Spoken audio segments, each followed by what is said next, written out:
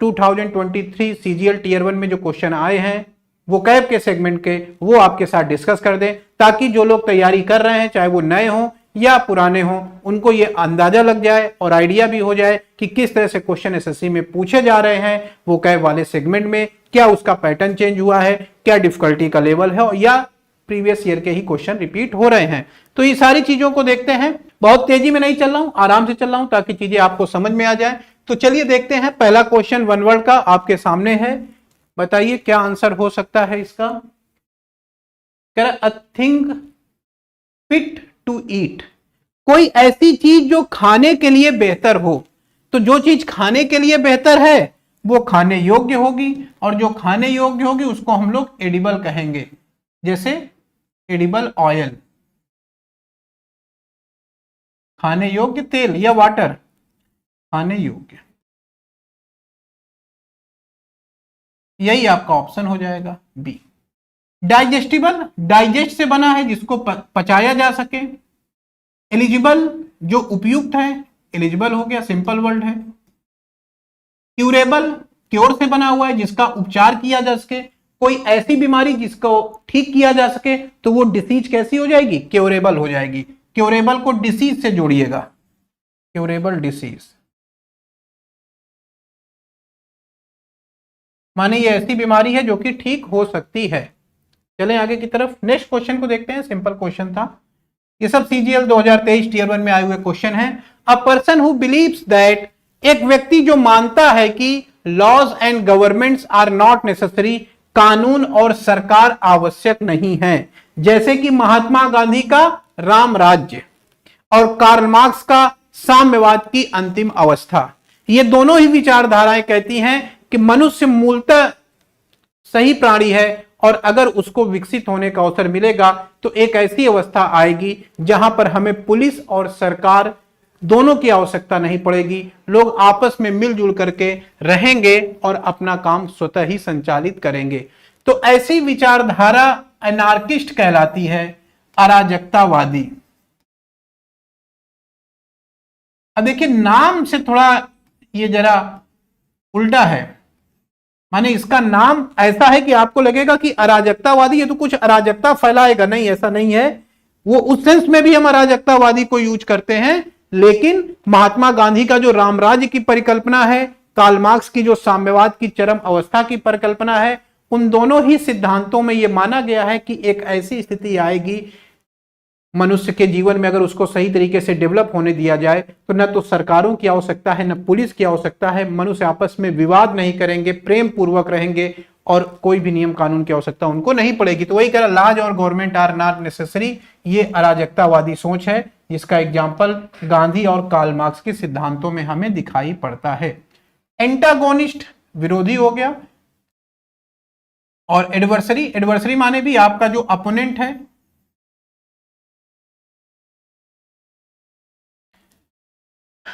Anti Christ, anti Christ माने ईसा मसीह का विरोधी। तो देख लेंगे, कोई ऐसा इंपॉर्टेंट वर्ड नहीं है, जो था मैंने बता दिया आपको। A place where coins, medals are tokens are made, जहां पे सिक्के इत्यादि बनाए जाते हैं, मिंट बोलते हैं उसको, टकसाल हिंदी में कहते हैं, टकसाल, जहां पे सिक्के इत्यादि, मेडल इत्यादि को बनाया जाता है। ठीक है। मोनास्ट्री क्या होता है, मोनास्ट्री आपका हो गया मठ, जहां पे बौद्ध भिक्षु इत्यादि रहते हैं, मोनास्ट्री कहलाता है मठ। A place where Buddhist saints are live, जहां पे बौद्ध भिक्षु इत्यादि रहते हैं, वो आपका मोनास्ट्री हो जाएगा।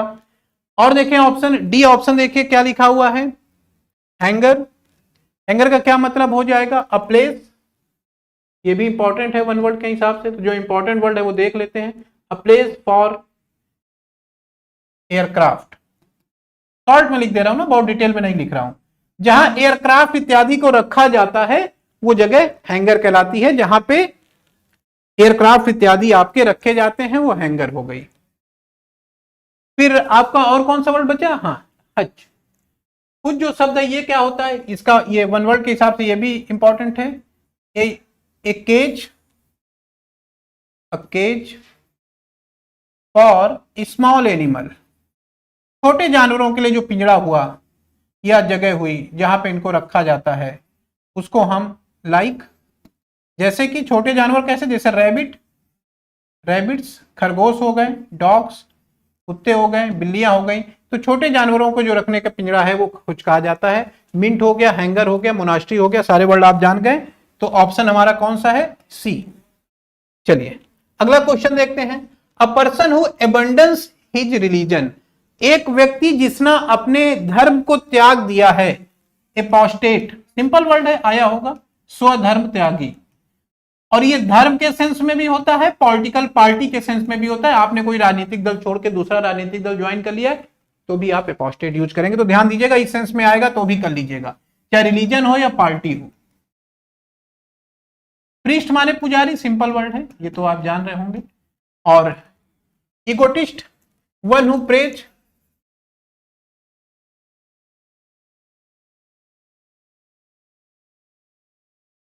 One who praises himself, oneself।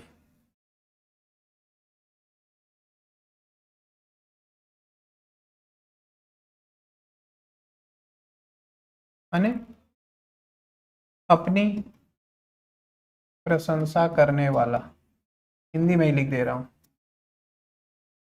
Atheist, theist और atheist, one who does not believe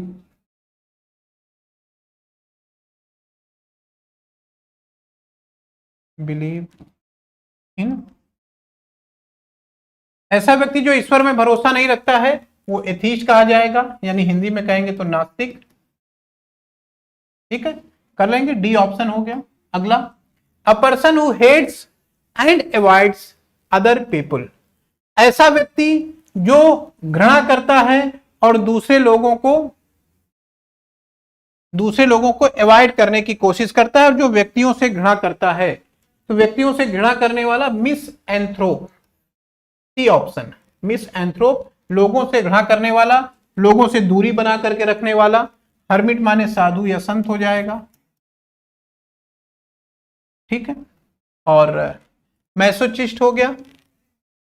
pervert, B option आपका इंपॉर्टेंट है, परवर्ट ये आ सकता है, इसको देख लें।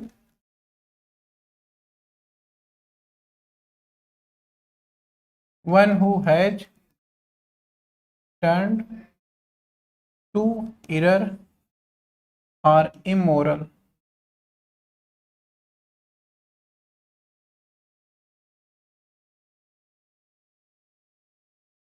ऐसा व्यक्ति जो गलत कार्यों की तरफ मुड़ गया है, गलत काम करने लगा है, उसको हम लोग परवर्ट कहते हैं। तो तीनों वर्ड इंपॉर्टेंट थे, एक तो ये इंपॉर्टेंट है, दो ही वर्ड इसमें इंपॉर्टेंट है। आगे आते हैं।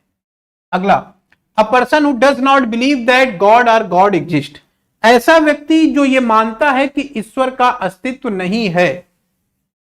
अभी पीछे आया था ना, पीछे भी करा चुका हूं मैं इसको। One who does not believe that God और गॉड्स एग्जिस्ट, जो ईश्वर के अस्तित्व में विश्वास नहीं रखता है। अथीस्ट अभी पीछे कराया आपको मैंने। प्रोफेन, प्रोफेन माने अनहोली, अपवित्र, अनहोली अपवित्र चीजों के लिए यूज होता है।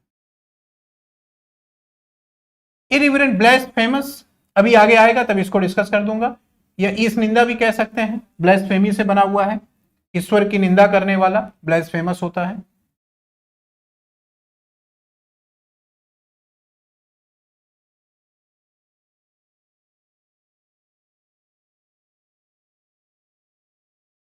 ठीक है, आगे बढ़ते हैं। तो ऑप्शन हमारा बी था, जो इंपॉर्टेंट वर्ड है वो मैं लिखता चल रहा हूं आपके साथ। A book or set of books giving information about all areas of knowledge, एक ऐसी किताब या किताब का संग्रह जो हर क्षेत्र के बारे में ज्ञान दे। आप भी देखिए, आपका कोई मित्र है, उससे आप किसी भी विषय में बात करिए, सबके बारे में उसको थोड़ा थोड़ा जानकारी है, राजनीति के बारे में भी जान रहा है तो धर्म और दर्शन की भी उसको जानकारी है। तो आप कहेंगे यार ये आदमी तो इंसाइक्लोपीडिया है। वही तो पूछ रहा है जिसमें हर एरिया की जानकारी हो, इंसाइक्लोपीडिया। वॉल्यूम, किसी विषय को अलग अलग टुकड़ों में बांट के आपने लिख दिया है तो वॉल्यूम हो गया। वॉल्यूम फर्स्ट, जैसे इंग्लिश मुझे पढ़ाना है तो मैंने कहा कि 4 वॉल्यूम इंग्लिश के, मैंने 4 वॉल्यूम बना लिए। ये पहले वॉल्यूम में नाउन प्रोनाउन हो गया, दूसरे में एडजेक्टिव एडवर्ब हो गया, तीसरे में वर्ब हो गई, चौथे में प्रीपोजिशन कंजंक्शन हो गया। वॉल्यूम बना दिया गया। किसी बड़े पार्ट को छोटे छोटे पार्ट में हिस्से में करके लिखना। डिक्शनरी आप जान ही रहे हैं, मैं क्या ही बताऊं आपको, डिक्शनरी को आप अच्छे से जान रहे हैं। डी ऑप्शन आपका क्या है, एंथोलॉजी। हाँ ये इंपॉर्टेंट है, इसको देख लीजिए। एंथोलॉजी माने अ कलेक्शन ऑफ पोएम्स।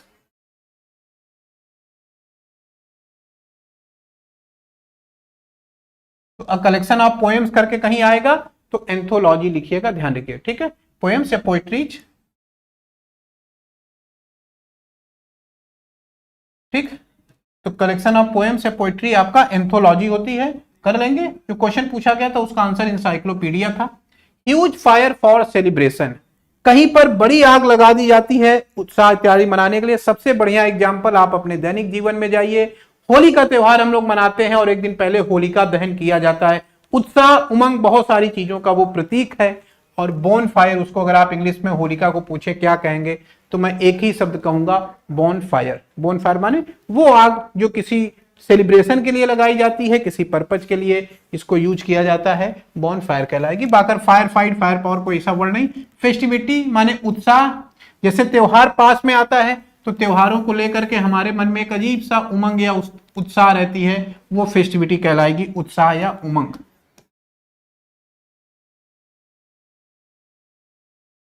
आगे आते हैं, a place to play game and bet on them, एक ऐसी जगह जहां हम खेल खेलते हैं और उस पे बोली इत्यादि लगाते हैं।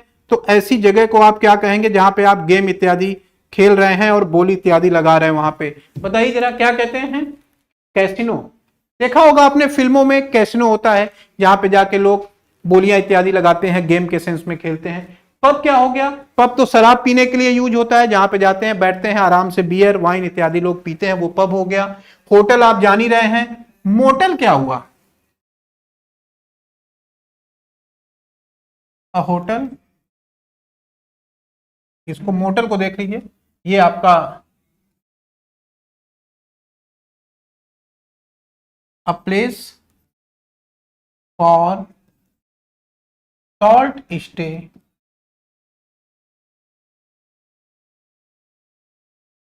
ऑन द हाईवे, या अलोंग साइड कर दूं,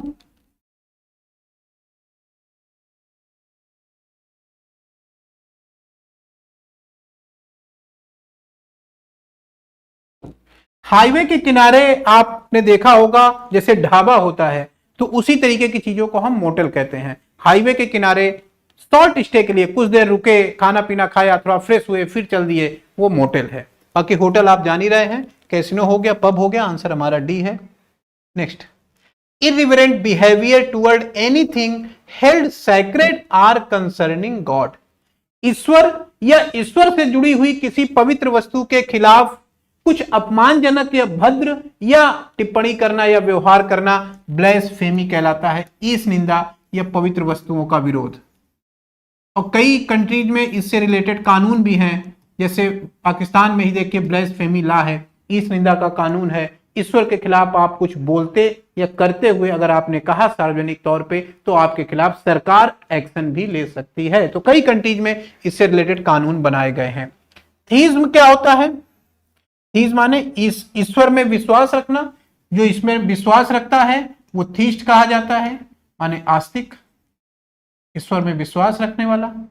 पैंथिज्म, पैंथिज्म, पैन माने सब कुछ, थीज माने आस्तिक, ईश्वर में भरोसा रखने वाला, और पैन माने कहते नहीं पैन इंडिया माने पूरे भारत भर में। तो पैंथिज्म माने जो कहता है कि सब कुछ ईश्वर है और ईश्वर ही सब कुछ है, उसके बाहर कुछ भी नहीं है। तो इसकी एक फेमस लाइन है, वो आप ध्यान रखिएगा, क्वेश्चन आएगा, ऑल इज गॉड एंड, भाई गॉड को हम भी थोड़ा महत्व देते हैं, है कि नहीं, हम लोग भी आस्तिक वाले में ही हैं।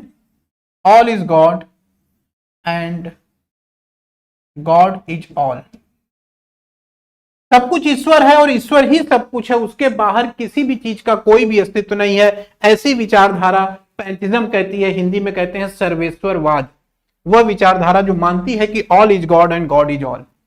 एक नॉस्टिज्म, एक नॉस्टिज्म क्या है, जो कहता है कि भाई पता नहीं ईश्वर है या नहीं है, मैं कह नहीं सकता हूं। ईश्वर है इस बात से भी मैं सहमत नहीं हूं। ईश्वर नहीं है, इस बात से भी मैं सहमत नहीं हूं। मैं इन दोनों के बीच में हूं, क्योंकि ईश्वर जानने का विषय नहीं है, उसको जाना नहीं जा सकता, ये मानने का विषय है। तो इसको बोलते हैं अज्ञेयवाद, जो ये मान के चलता है कि ईश्वर जैसी सत्ता को, जो कि असीमित है, मनुष्य जैसी सीमित बुद्धि वाला व्यक्ति नहीं जान सकता है। एग्नोस्टिज्म, अज्ञेयवाद, ठीक है, जो कहेगा कि God can not be known, ईश्वर के बारे में नहीं जाना जा सकता है। आगे आइए, आंसर मैंने टिक कर दिया था भाई, इसमें आंसर सी है आपका। नेक्स्ट क्वेश्चन देखें, only the artist who make sculptures are allowed to take part in exhibition. वो कलाकार जो मूर्तियां बनाते हैं, मूर्तिकार हो जाएंगे भाई, स्कल्पटर मूर्तिकार, सीधा सीधा लगा। आर्टिस्ट हु मेक स्कल्पचर, जो बनाएगा मूर्तिकार हो जाएगा। पॉटर, कुम्हार हो गया, मिट्टी के बर्तन बनाने वाला। आर्टिजन, कारीगर हो गया, हाथ से चीजों को बनाने वाला। पेंटर आप जान ही रहे हैं। आर्टिजन माने कोई भी चीज जो हैंड से बनाता है, कढ़ाई करने वाला। तो one who used his hands for any skilled work. Certain to happen, ऐसा जो होना निश्चित है, कोई ऐसी चीज जो होना निश्चित है, जैसे मृत्यु निश्चित है, कुछ हो चाहे ना हो लेकिन मृत्यु जरूर होगी, अंतिम सत्य है। सर्टेन टू हैपन, मृत्यु होना निश्चित है। और ऐसी चीजों को हम क्या कहेंगे? ए ऑप्शन, इनएविटेबल, जो अपरिहार्य है, जिसको टाला नहीं जा सकता है, जो होना ही होना है, वो आपके लिए क्या हो जाएगा? इनएविटेबल। पॉइंट क्लियर हो गया? तो मृत्यु निश्चित है, होना ही होना है, सर्टेन टू हैपन, इनएविटेबल माने जो होगा ही होगा। इंडिस्पेंसिबल, इंडिस्पेंसिबल का मतलब एब्सोल्यूट नेसेसरी, एब्सोल्यूट नेसेसरी माने कोई ऐसी चीज जो अति आवश्यक है, जिसके बगैर काम नहीं चल सकता। इंग्लिश, एसएससी का एग्जाम क्वालिफाई करना है तो इंग्लिश आनी ही आनी चाहिए, नहीं तो एसएससी का एग्जाम तो नहीं निकलेगा। एसएससी इंग्लिश खराब है, स्टेट में चले जाइए, स्टेट का कोई एग्जाम दे दीजिए। लेकिन अगर एसएससी का एग्जाम दे के निकालना है तो इंग्लिश इंडिस्पेंसिबल है, अनिवार्य है, आनी ही चाहिए आपको, कम से कम उतना जितना से आप एग्जाम क्वालिफाई कर सकें। तो English is indispensable to crack SSC examination. और इनएविटेबल माने जो होना ही होना है, जैसे आपका सिलेक्शन होना ही होना है, यकीन मान के चलिए, कोई नहीं टाल सकता है। कन्वर्टिबल, जिसको परिवर्तित किया जा सके, कन्वर्ट से बना हुआ है। जस्टिफिएबल, जिसको सही ठहराया जा सके कि यह चीज जस्टिफिएबल है। क्या एसएससी के एग्जाम में इंग्लिश रखना जस्टिफिएबल है, न्यायोचित है? बिल्कुल है भाई। आप जाएंगे केंद्र सरकार में, मैक्सिमम काम इंग्लिश में होते हैं, ऊपर से सारे लेटर इंग्लिश में आते हैं, नीचे भले आप हिंदी में चीजों को लिख करके भेजें। तो इंग्लिश इंडिस्पेंसिबल है सेंट्रल गवर्नमेंट के एग्जामिनेशन में। कर लेंगे, आगे बढ़ते हैं। Next, any female animal which feeds it's young on milk from her own body. ऐसे मनुष्य हो या जानवर हो या ऐसे समुदाय जहां पर फीमेल अपने बच्चों को जन्म देती हैं और उनको स्तनपान कराती हैं, तो ऐसे लोगों को क्या बोलते हैं? मैमल्स, स्तनपाई जानवर हिंदी में, ठीक है, मैमल्स। बाकी सब जान रहे। पैरासाइट, दूसरों के ऊपर निर्भर रहने वाला। One who depends on other. Market में जा रहे हैं, चाय पीना है, इंतजार कर रहे हैं कि कोई आ जाए और चाय पिला दे, 5 रुपए बच जाए, पैरासाइट की कैटेगरी में आ गए भाई। इतना भी ज्यादा दूसरों पर निर्भर रहना ठीक नहीं है। फौना और फ्लोरा मैंने बताया था कि फ्लोरा ट्रीज और फ्लावर को दर्शाता है, फ्लावर्स प्लांट्स को दर्शाता है, और फौना जो है एनिमल को दर्शाता है। वर्टिब्रेट, वर्टिब्रेट का क्या सेंस हुआ? वर्टिब्रेट सिंपल वर्ड है, जिसके क्या हो? हड्डी हो, जिनके हड्डियां होती है, ऐसे जानवर जिनके हड्डियां होती हैं उनको हम वर्टिब्रेट कहते हैं। Animals have bone, animals have bone, ऐसे जानवर जिनके अंदर हड्डियां हो वो वर्टिब्रेट कही जाएंगी। तो सारे शब्द आप समझ गए हैं, सभी इंपॉर्टेंट है, आ सकते हैं, ध्यान दीजिएगा इसको। आगे आइए। A similarity between like features of two things on which a comparison may be based। दो चीजें जिनमें कुछ समानता है और जिसके कारण हम एक की तुलना दूसरे से करते हैं। रीजनिंग चैप्टर में इसको हम लोग पढ़ते हैं एनालॉगी, सादृश्यता। सादृश्यता माने एक जैसा दिखाई पड़ने वाला गुण, वही तो कह रहा है, a similarity between like features of two things, दो चीजों में एक जैसी विशेषता वाली गुण है, उनको हम एनालॉगी कहेंगे। ठीक है, सादृश्यता हिंदी में कहते हैं। अमेलगमेशन, चीजों को मिला दिया जाता है, जहां पे अमेलगमेट हो जाता है। पारा, केमिस्ट्री में आपने पढ़ा होगा, अमलगम बनाता है कई धातुओं के साथ मिलकर के, तो अमेलगमेशन का मतलब मिक्सचर। एम्बिग्यूटी, दुविधा हो गई। अपैथी, अपैथी का क्या सेंस होगा बताइए जरा, अपैथी क्या सेंस देगी? किसी चीज में अगर आपका इंटरेस्ट नहीं है, उत्साह नहीं है, तो अपैथी हो जाएगी, यानी lack of interest, lack of interest और इंथुजियाज्म। इंग्लिश पढ़ने में मन ही नहीं लग रहा है, इंटरेस्ट नहीं है इंग्लिश पढ़ने में, तो अपैथी हो जाएगी इंग्लिश के प्रति। ठीक है, आगे आते हैं। नेक्स्ट, एम्बिग्यूटी मैंने बता ही दिया, डाउट, दुविधा, क्या करें क्या ना करें।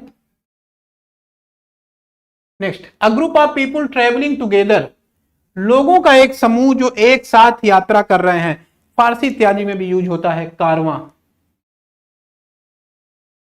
C option, Karwaan. A group of people, लोगों का ऐसा समूह जो एक साथ यात्रा करता है, कारवां कहलाता है।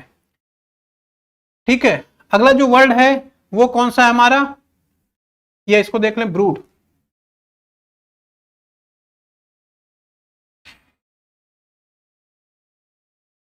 यंग ऑफ एनिमल्स, माने जानवरों के जो बच्चे हैं उनको हम ब्रूड कहते हैं। यंग ऑफ एनिमल्स, जानवरों के बच्चे को, छोटे बच्चों को ब्रूड कहा जाता है। जिप्सी, जानी रहे इधर उधर घूमने वाले लोग। कॉन्स्टलेशन, तारामंडल। आगे ये group of stars. The money paid to former wife, husband और partner when the marriage is ended, बड़ा पॉइंट से समझिएगा, मैरिज खत्म हो गई है, उसके बाद आपको कुछ पैसा देना है किसी मैंने अपने पार्टनर को, फॉर्मर वाइफ या हस्बैंड को, क्या कहा जाएगा, एलिमोनी। एलिमोनी वो पैसा होता है जो जब विवाह खत्म हो गया, तलाक हो गया, तो समझौते के तौर पर दूसरे पार्टी को दिया जाता है, हस्बैंड या वाइफ दोनों में से किसी एक को, जो कमा रहा है वही दूसरे को देगा। मेंटेनेंस भी होता है, लेकिन मेंटेनेंस अगर इसी में पीरियोडिक कर दिया जाए, अब पीरियोडिक अमाउंट मतलब तलाक हो गया है और कोर्ट ने निर्धारित कर दिया कि हर महीने आपको इतना रुपए इनको देना है, तो वो फिर पीरियोडिक अमाउंट हो जाएगा, और पीरियोडिक अमाउंट होगा तो मेंटेनेंस कहलाएगा। मामला चल रहा है कोर्ट में, तलाक नहीं हुआ है, तो कोर्ट ने यह निर्धारित कर दिया कि हर महीने आप इनको इतना देंगे, वो मेंटेनेंस हो जाएगा, वो एलिमनी नहीं होगा। तो अगर कहीं पे अब पीरियोडिक अमाउंट लिखा हुआ है, that is given in case of divorce or other dispute, अब पीरियोडिक अमाउंट, ध्यान दीजिएगा मैं यहां लिख दे रहा हूं, ठीक है, तो आप समझ जाएगा कि अगर पीरियोडिक शब्द आएगा तभी हमें मेंटेनेंस लेना है, नहीं तो इस तरीके की कंडीशन में हमको क्या लेना है, एलिमोनी। और कंपेंसेशन माने क्षतिपूर्ति, आपकी साइकिल किसी ने तोड़ दी, आपने तुरंत उसका कॉलर पकड़ लिया, लाओ भाई निकालो, 500 रुपए का नुकसान कर दिया तुमने, 500 रुपए मुझे वापस करो, वो कंपेंसेशन हो जाएगा, क्षतिपूर्ति हो जाएगी आपकी। हैरांग, हैरांग वर्ड किस सेंस में यूज होगा बताइए जरा, सारे ऑप्शन आपके सामने हैं, इसका सही ऑप्शन क्या हो जाएगा हैरांग का, तो ये आंसर मोबाइल में देर में रिफ्लेक्ट होते हैं।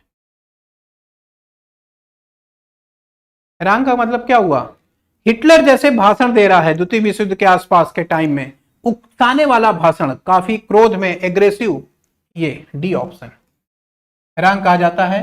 लेंदी एंड एग्रेसिव स्पीच, लंबा और उकसाने वाला भाषण, लोगों को जोश में ले आ देना, कुछ काम करने के लिए, तोड़फोड़ करने के लिए लोगों को राजी कर लेना, तो इस तरीके से भड़काऊ बयान हैरांग कहलाते हैं, भड़काऊ बयानबाजी हैरांग कहलाती है, जैसे हिटलर की स्पीच मैंने आपको बताई सेकेंड वर्ल्ड वॉर के आसपास।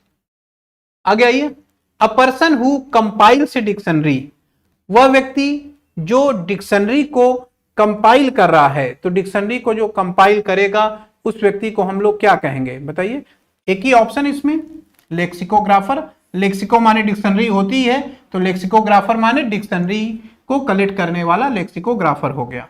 इकोनोक्लास्ट, वन हु ब्रेक्स आइडल्स, मूर्तियों को जो तोड़ता है मूर्ति भंजक इकोनोक्लास्ट कहलाएगा।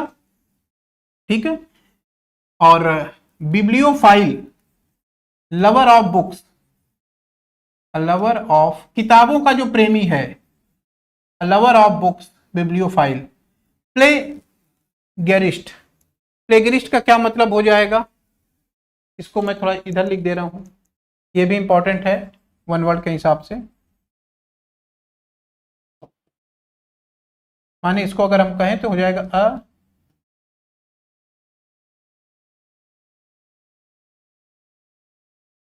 क्या लिखा है, अलिटरेरी थिफ्ट, थेफ्ट, साहित्यिक चोरी। इसका क्या मतलब हुआ, साउथ की पिक्चर को लिया और नॉर्थ बॉलीवुड में एक फिल्म बना दिया, साउथ की फिल्म को कॉपी करके बॉलीवुड में फिल्म बन गई। बहुत सारी फिल्में बनी हुई हैं, आप देखेंगे तो कहीं से कोई किसी की कविता है उसको उठा करके अपना बना के लिख के दे दिया, कहीं से कोई मैटर चुरा के अपने गाने में उसको गा दिया।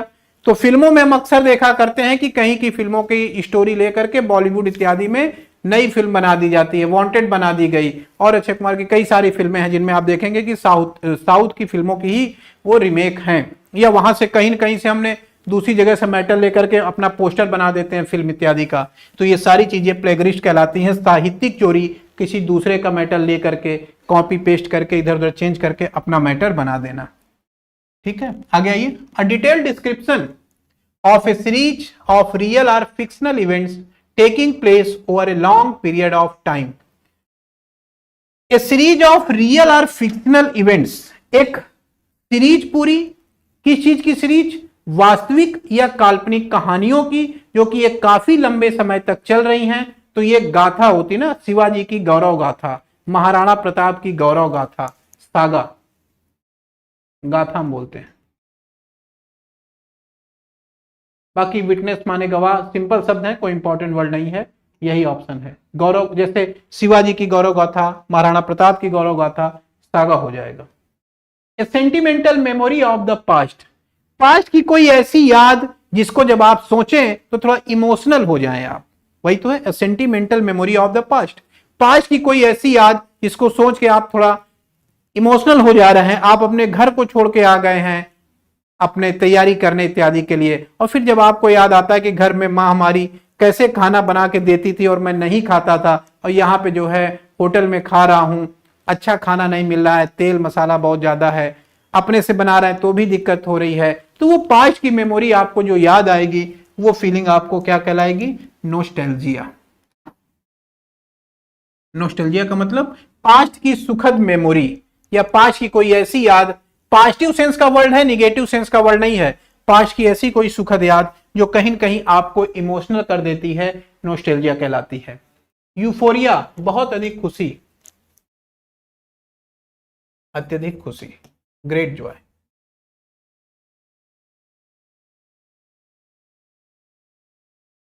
ठीक है, मैनिया एक सनक होती है किसी चीज को लेकर के, बहुत सारे वर्ड निगेटिव सेंस का है, किसी तरीके की सनक मैनिया कहलाएगी।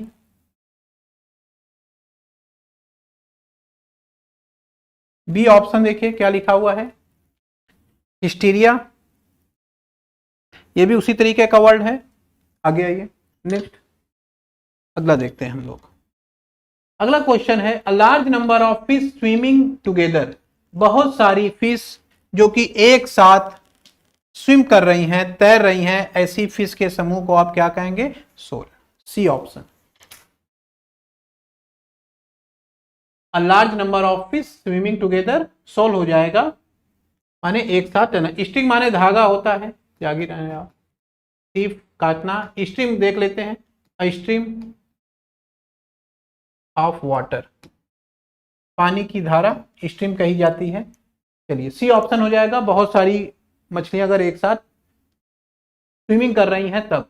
Person who gives help and sympathy to people who need it, वह व्यक्ति जो दूसरे लोगों की मदद करता है, सहायता करता है उन लोगों को जिनको उसकी आवश्यकता होती है। तो ऐसे व्यक्ति को क्या कहेंगे, सी ऑप्शन, सैमरिटन माने परोपकारी, फिलैंथ्रोपिस्ट,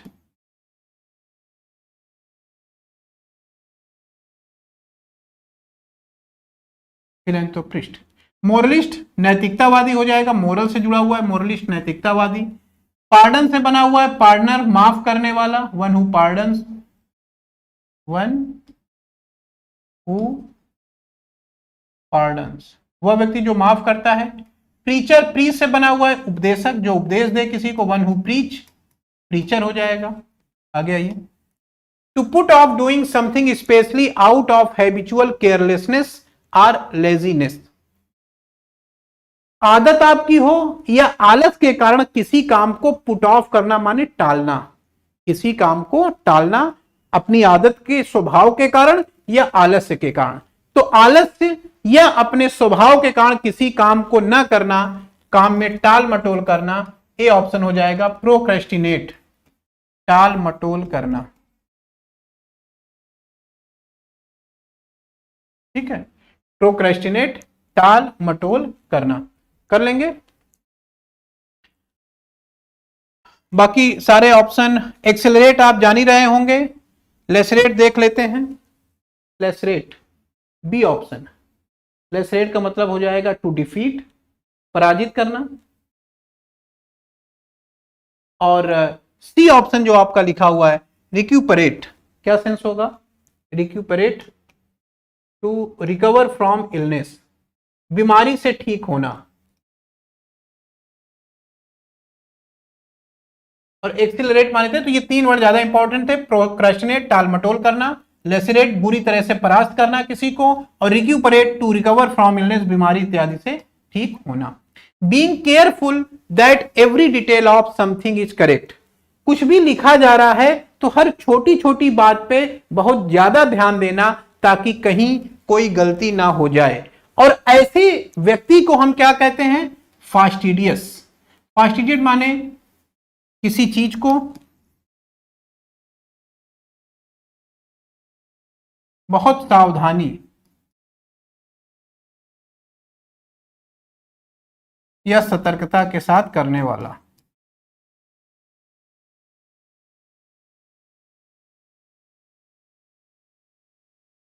ठीक है, स्टेपबॉर्न, स्टेपबॉर्न माने अड़ियल या जिद्दी, अड़ियल टाइप का व्यक्ति या जिद्दी टाइप का व्यक्ति आपका क्या कहलाएगा? स्टेपबॉर्न। ये ऑप्शन आपका स्क्विमिस लिखा हुआ है, ये ऑप्शन स्क्विमिस। स्क्विमिस का क्या सेंस होगा? बहुत जल्दी घबरा जाने वाला, इजिली शॉक्ड।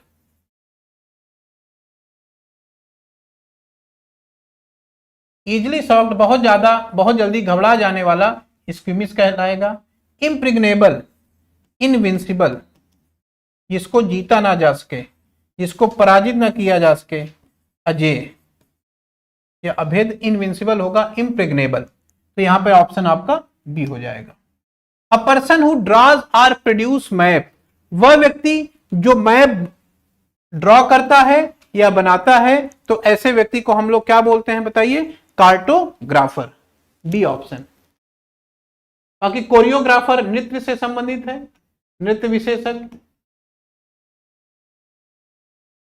चॉफर क्या होगा? Driver, driver.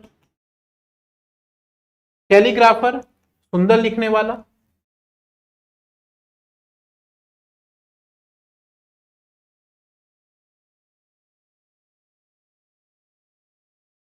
ठीक है, कैलीग्राफर सुंदर लिखने वाला। चौफर शब्द आपका ड्राइवर हो गया, कार्टोग्राफर आपका मैप बनाने वाला हो गया, कोरियोग्राफर नृत्य विशेषज्ञ हो गया। Animal living both on land and water, arboreal, living on tree, जो पेड़ों पे रहते हैं उसको आप आर्बोरियल कहते हैं। एम्फीबियन आपका हो गया जो लैंड और वाटर दोनों पे रहे। मैरिन माने ऑन वाटर या इन वाटर कह सकते हैं, living in water, marine. Terrestrial, living on earth, पृथ्वी पर रहने वाले जंतु, टेरेस्ट्रियल हो जाएगा। ठीक है, तो लैंड पे रहने वाले टेरेस्ट्रियल हो गए, पानी में रहने वाले मैरीन हो गए, पेड़ों पे रहने वाले आर्बोरियल हो गए, और जो पानी और जल दोनों में रहते हैं, जैसे मेढक है पानी में भी रहता है और स्थल में भी रहता है, जमीन पे भी रहता है, तो वो एम्फीबियन हो जाएगा। उभयचर, something that is absolutely necessary that you can not do without, अभी पीछे आ चुका है ना कि कोई चीज जो कि अनिवार्य है, जिसके बगैर आपका काम नहीं चल सकता। अभी मैंने एग्जांपल भी आपको दिया था, एसएससी एग्जाम को क्रैक करने के लिए इंग्लिश क्या है, इंडिस्पेंसिबल है।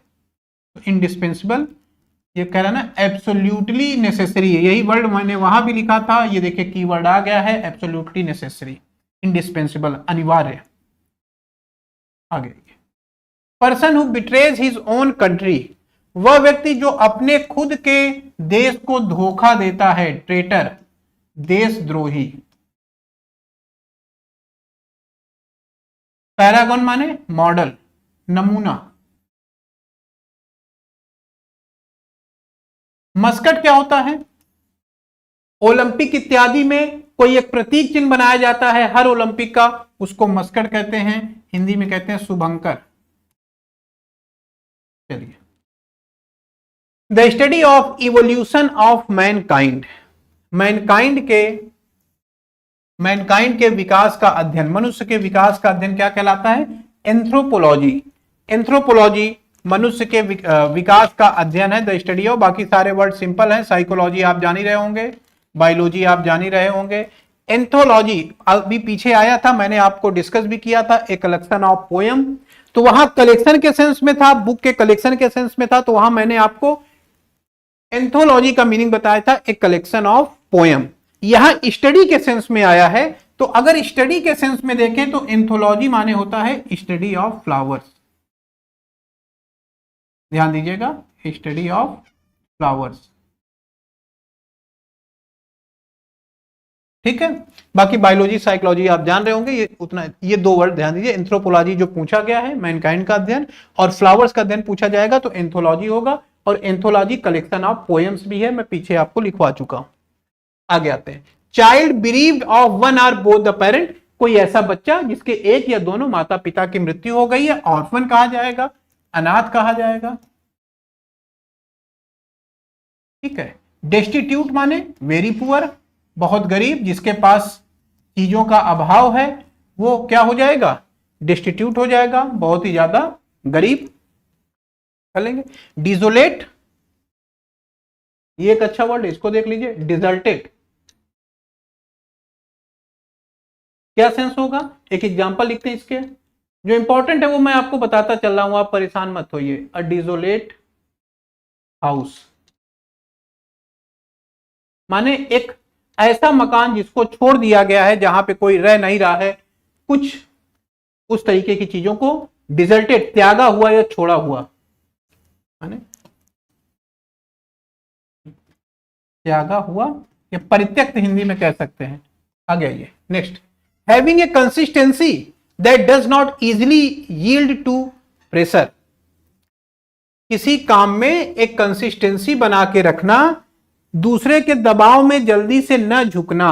इसका मतलब एसएससी की तैयारी में लगे हुए हैं, पुलिस की वैकेंसी आ गई, यूपीएसआई की वैकेंसी आ गई, और कोई वैकेंसी आ गया, या और किसी तरीके का प्रलोभन है, लेकिन आप हट नहीं रहे हैं, अपनी बात पे अड़े हुए हैं कि इस बार एसएससी पार, एसएससी निकाल देना है। ये एटीट्यूड फॉर्म कहलाएगा। स्टब बॉर्न पीछे आया था ना, जिद्दी टाइप का, अड़ियल टाइप का, तो वही है, एक consistency that does not yield to pressure, जो जल्दी से प्रेशर में नहीं आती है, किसी के सामने नहीं झुकती है, उसको हम कहते हैं, ठीक है। आगे चले, अच्छा इनका मीनिंग देख लेते हैं। सब्सटेंशियल, सब्सटेंशियल माने रियल, वास्तविक, जो काल्पनिक नहीं है उसको हम सब्सटेंशियल कहेंगे। रैमरॉड, रैमरॉड माने इंचार्ज, किसी जगह का in charge, in charge of a place, ramrod हो जाएगा। बाकी क्लोज माने करीब होता, आप जान रहे हैं।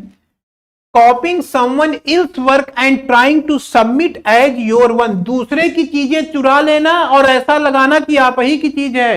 हॉलीवुड से तमाम आइडिया चुरा के बॉलीवुड में फिल्में बना दी गई, अभी आपको मैंने बताया था, क्या कहा जाएगा, प्लेगरिज्म, ठीक है। प्लेगरिज्म माने साहित्यिक चोरी, कर लेंगे ये। साइनिज्म, साइनिसिज्म का मतलब वो व्यक्ति जो ये मान के चलता है कि मनुष्य या हर चीज से घृणा करता है, जो मान के चलता है कि लोग जो है कहीं न कहीं स्वार्थी होते हैं उसको हम लोग साइनिसिज्म कहते हैं। तो इसका चाहे तो आप लिख लीजिए, लिख लें इसको, वन वर्ड में आ सकता है, people one who believes that people are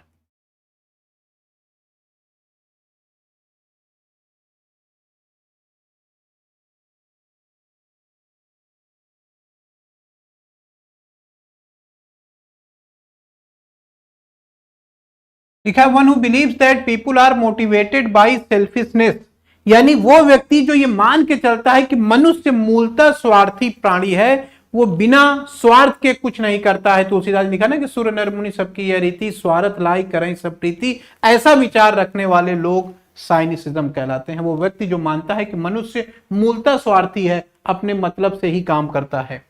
altruism परोपकारी हो जाएगा।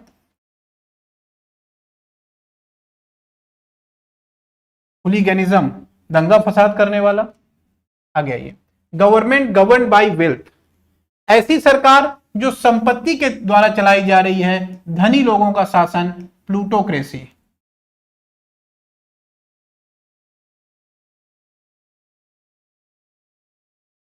Theocracy government by religion, by धर्म के द्वारा जो सरकार चलाई जाएगी, शॉर्ट में लिख रहा हूं, government by religion.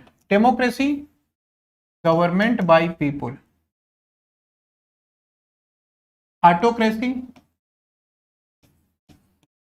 Government by despot, निरंकुश शासक के द्वारा, ऑटोक्रेसी। ठीक है, आगे आइए।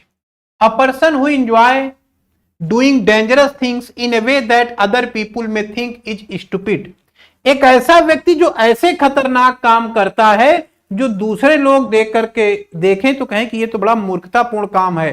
3 मंजिल बिल्डिंग से कूद जा रहा है, हाथ से मार करके ईंटों को तोड़ दे रहा है, अपने चेस्ट पे पत्थर रख के, लोहे से लोग मारते हैं और वो पत्थर उसके चेस्ट पे रखा हुआ टूट जाता है, रॉड इत्यादि चबा के खा जाता है। तो ऐसे देखा होगा आपने, तमाम टैलेंट शो आते हैं उसमें दिखाते हैं, ऐसे ऐसे काम लोग करते हुए दिखाए जाते हैं कि आप बिलीव नहीं कर पाएंगे और कहेंगे कि ये मूर्खतापूर्ण काम है। इसको क्या बोलते हैं? Daredevil. और इसी पे तो टीम बनाई गई है आईपीएल में, दिल्ली डेयर डेविल, जान रहे हैं आप? तो ये वर्ड है आपका। ठीक, चलिए आगे देखते हैं।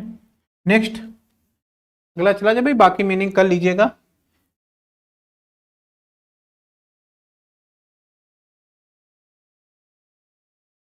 Forsaken or neglected child who has no home and spends most of his time on the street, ऐसा बच्चा जिसको छोड़ दिया गया है या नेग्लेक्ट कर दिया गया है, गलियों में रह करके अपना गुजारा कर रहा है, अपना काम चला रहा है, ऐसे बच्चे को क्या कहेंगे? वेफ कहते हैं। ठीक है, वेफ, गलियों में घूम करके काम चलाने वाला। मिसक्रिएंट उत्पाती तत्व, फ्यूजिटिव भगोड़ा, विजय माल्या की तरीके अपना देश छोड़ के भाग गया, दूसरी जगह रह रहा है। वल्नरेबल जिसको नुकसान पहुंचाया जा सके, ठीक है ना, ये आ सकता है, तो इसको लिख दे रहा हूं, दैट कैन बी हार्म्ड, जिसको नुकसान पहुंचाया जा सके, इजिली वल्नरेबल हो जाएगा।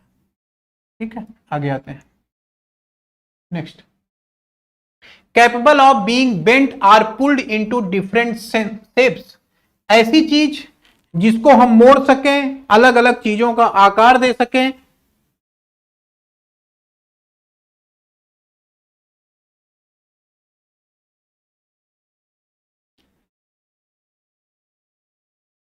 एक अच्छा प्रश्न आया भाई, इसको ले लेते हैं, या चलिए मैं करा देता हूं फिर बताता हूं। क्वेश्चन ये है कि ये सब एक मैसेज किया स्टूडेंट ने, अतुल यादव करें कि सर ये सब पता है, मुझे आता है, याद कैसे रखें, उसका उत्तर अभी दूंगा आपको, पहले कर लेते हैं। Capable of being bent or pulled into different shapes, ऐसी चीजें जिसको किसी भी आकार में मोड़ा जा सकता है, कोई भी स्वरूप दिया जा सकता है। तो वो चीजें कैसी होंगी अपने आप में सोचिए जरा, लचीली टाइप की होंगी, और ऐसी लचीली चीजों को हम लोग क्या बोलते हैं? Ductile, D option. ठीक है, आगे देख लीजिए। नेक्स्ट क्वेश्चन है, टाइम हो रहा है, पहले करा दूं ताकि कंप्लीट हो जाए। Gradual recovery of health and strength, धीरे धीरे बीमार हैं आप, धीरे धीरे स्वास्थ्य में सुधार होना, कॉन्वेल्सेंस होता है, धीरे धीरे स्वास्थ्य का सुधार होना, ठीक है, धीरे धीरे स्वास्थ्य में सुधार हो रहा है, कॉन्वेल्सेंस कहलाएगा। आगे आप चाहें तो बाकी जो शब्द हैं उसको भी देख सकते हैं। अगला वर्ड हमारा है पोटेंसी, क्षमता से हो जाएगा, पोटेंशियल से। रिजुवेनेशन, रिजुवेनेट करना माने किसी चीज को फिर से नया स्वरूप देना, नया उत्साह, नई उमंग देना, ये वर्ड देता है, सेंस देता है। बेनिफैक्शन, कहीं न कहीं परोपकार का सेंस देगा, लाभदायक चीजें। आगे देखते हैं। A large cage building or enclosure to keep birds, पक्षी, बर्ड्स को रखने के लिए एक बड़ा सा पिंजरा, बिल्डिंग इत्यादि क्या कहलाती है? एवियरी। एपियरी किसके लिए होगा? प्लेस फॉर बीज, मधुमक्खियों के लिए, ठीक है। डॉर्मेट्री, आप स्टेशन इत्यादि पे जाते हैं, थोड़े समय के लिए रुकते हैं, वहां पर डॉर्मेट्री होती है जहां पे आप कुछ समय के लिए रुक सकते हैं, तो एक तरीके का डॉर्मेट्री आप जान ही रहे होंगे। बरो देख लेते हैं, जो ये ऑप्शन है, a heap of rubbish.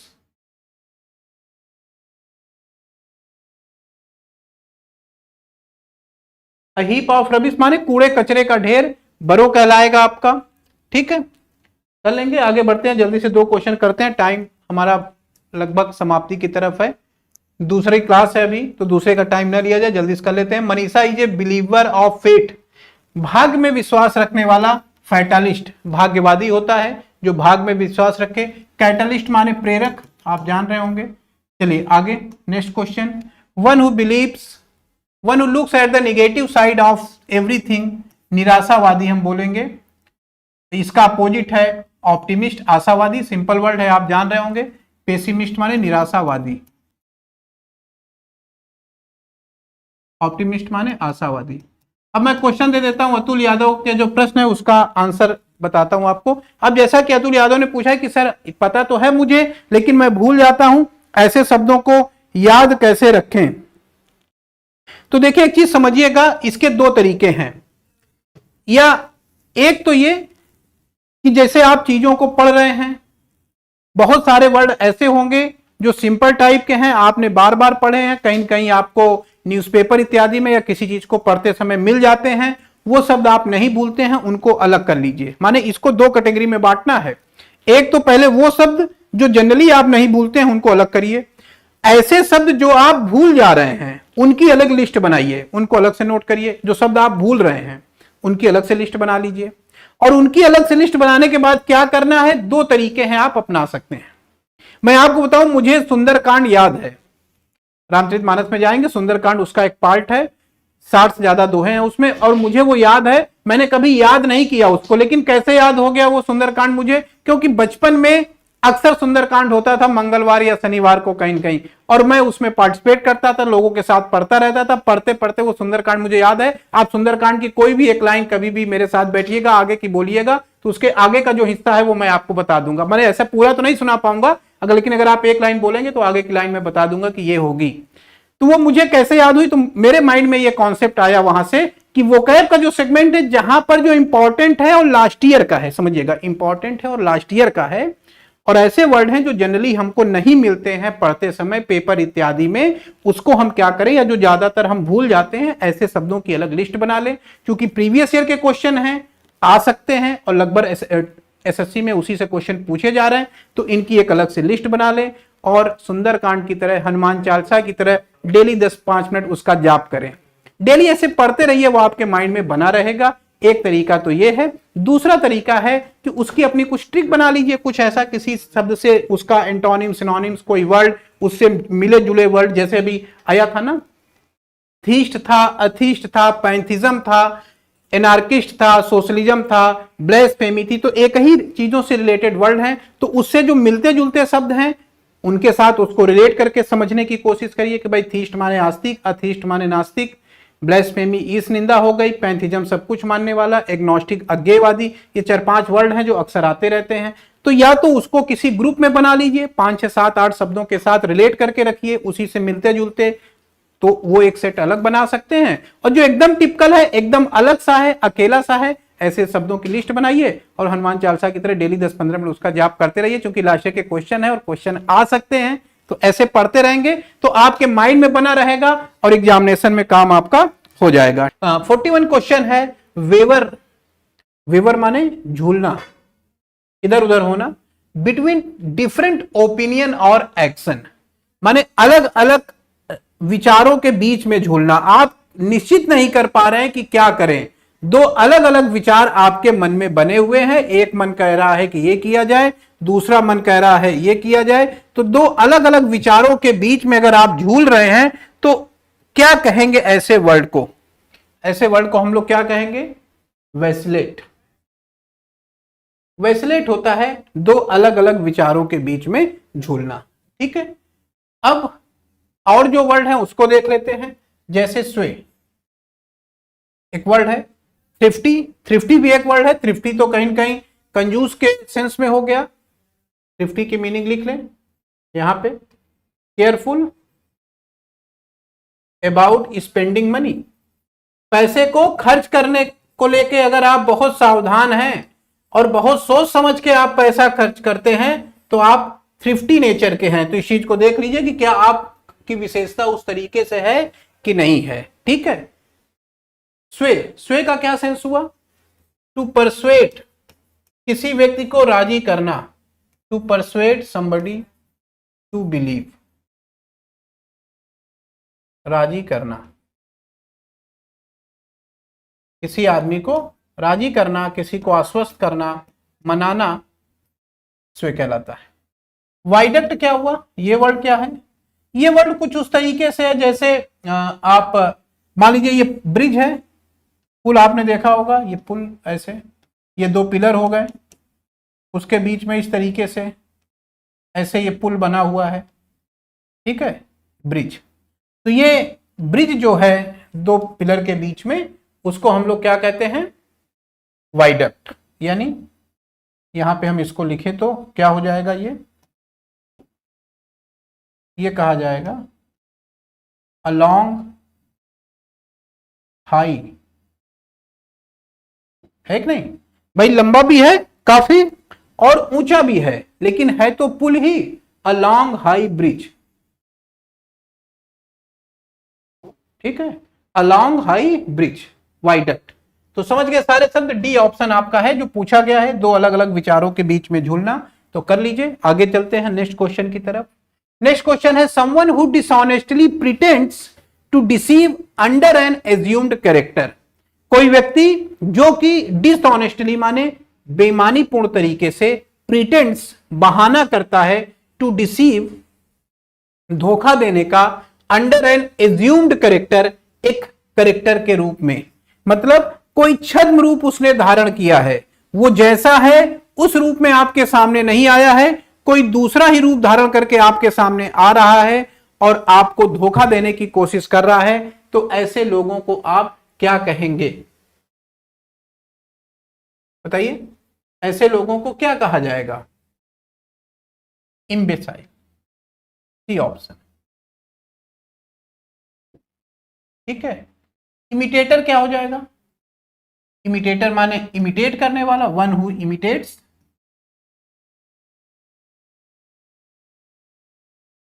One who imitates माने जो नकल करता है, नकलची। एक्सप्लोरर, अन्वेषण करता, जो खोज करता है, वन हु एक्सप्लोर्स। ठीक है, आ गया ये next question. By killing a large number of people they thought they would get more benefit of the scheme, कुछ लोग ऐसा सोचते हैं कि वो बहुत सारे लोगों को, अधिक से अधिक लोगों को मार करके अपने आप को सही साबित करेंगे या किसी स्कीम का लाभ ले लेंगे।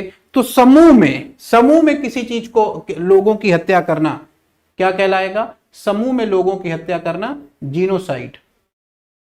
जीनोसाइड होता है by killing A large number of people. Killing A large number of people, इस चीज को ध्यान दीजिएगा, समूह में लोगों की हत्या करना, पूरे समुदाय की, जैसे हिटलर ने यहूदियों की हत्या करवाई थी काफी बड़े पैमाने पर, तो वो क्या था? जीनोसाइड था एक तरीके का।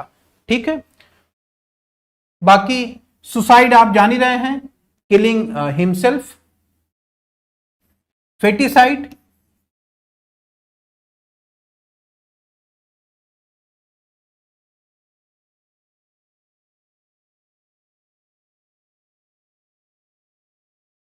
फेटिसाइड हो जाएगा, भ्रूण हत्या हिंदी में हम लोग बोलते हैं, किसी भ्रूण को मारना।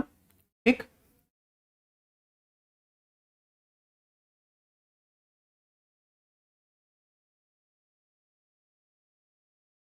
अगला जो वर्ड आपका है डी, होमिसाइड, किसके लिए यूज करते हैं होमिसाइड बताइए?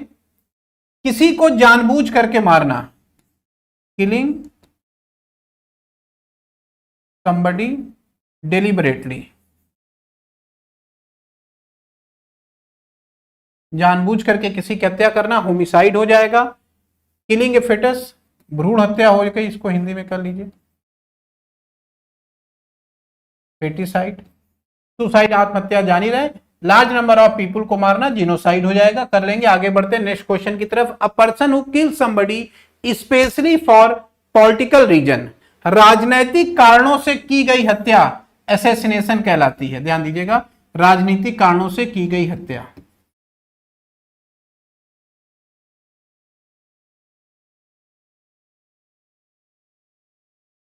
राजीव गांधी को मार दिया गया, इंदिरा गांधी जी को मार दिया गया, ये सारी चीजें असैसिनेशन कहलाएंगी। ये सारी हत्याएं राजनीतिक कारणों से हुई हैं, तो राजनीतिक कारणों से हुई हत्या को हम लोग असैसिनेशन कहते हैं। क्रिमिनल माने अपराधी, आप जान ही रहे हैं। मॉन्स्टर माने राक्षस या दैत्य होता है, इसको भी आप जान रहे हैं। हैंगमैन, हैंगमैन क्या हुआ? शब्दों से जोड़िए, हैंग और मैन अलग अलग। हैंगमैन, हैंग माने लटकाना फांसी पर, मैन माने आदमी। वो आदमी जो दूसरों को, किसी को मृत्युदंड सुनाया गया है, फांसी की सजा सुनाई गई है, तो वो आदमी जो दूसरों को फांसी देता है उसको हम हैंगमैन कहते हैं। तो इसको चाहे तो इंग्लिश में लिख ले, इसको अगर आप चाहिए तो हैंगमैन को इंग्लिश में लिख लीजिए, एन एग्जीक्यूशनर,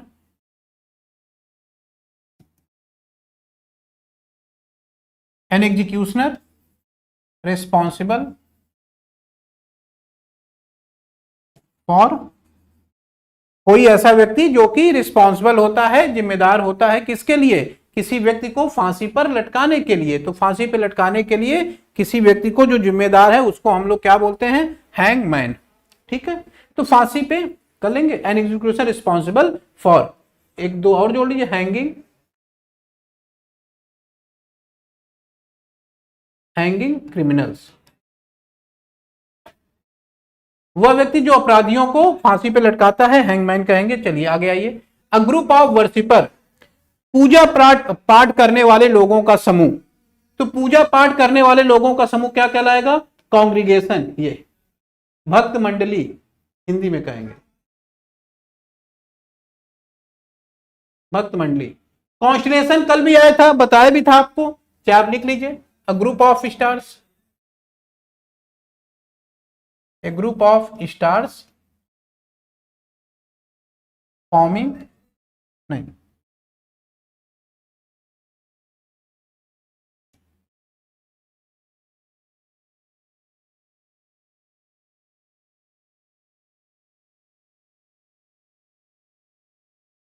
एक ग्रुप ऑफ स्टार, एक पैटर्न के तरीके लग रहा है कि जैसे कोई पैटर्न बना हुआ है, कॉन्स्टलेशन कहलाएगा, आकाशगंगा एक ग्रुप ऑफ स्टार्स हो जाएगा। कारवां कल आया था, क्राउड माने भीड़, हो गया है। तो कारवां कल मैंने करा दिया था, कल की क्लास देखिएगा, वहां से करिएगा, बार बार उस चीज को नहीं कर रहा हूं। लेकिन कारवां क्या होता है? लोगों का समूह जिनके साथ उनकी गाड़ियां इत्यादि चलती हैं, group of travellers with their vehicles, कारवां कहलाएगा। कल की क्लास में था इसलिए छोड़ दे रहा हूं इसको, आगे आइए। The place that a person treat as his permanent home or lives in and has a substantial connection with, वह जगह जहां पे आदमी परमानेंटली रहता है और उसका दिली लगाव उस जगह के साथ है, इसीलिए तो कहते हैं अपना डोमिसाइल पेश करिए, मूल निवास प्रमाण पत्र, डोमिसाइल सर्टिफिकेट। तो डोमिसाइल हो जाएगा मूल निवास स्थान।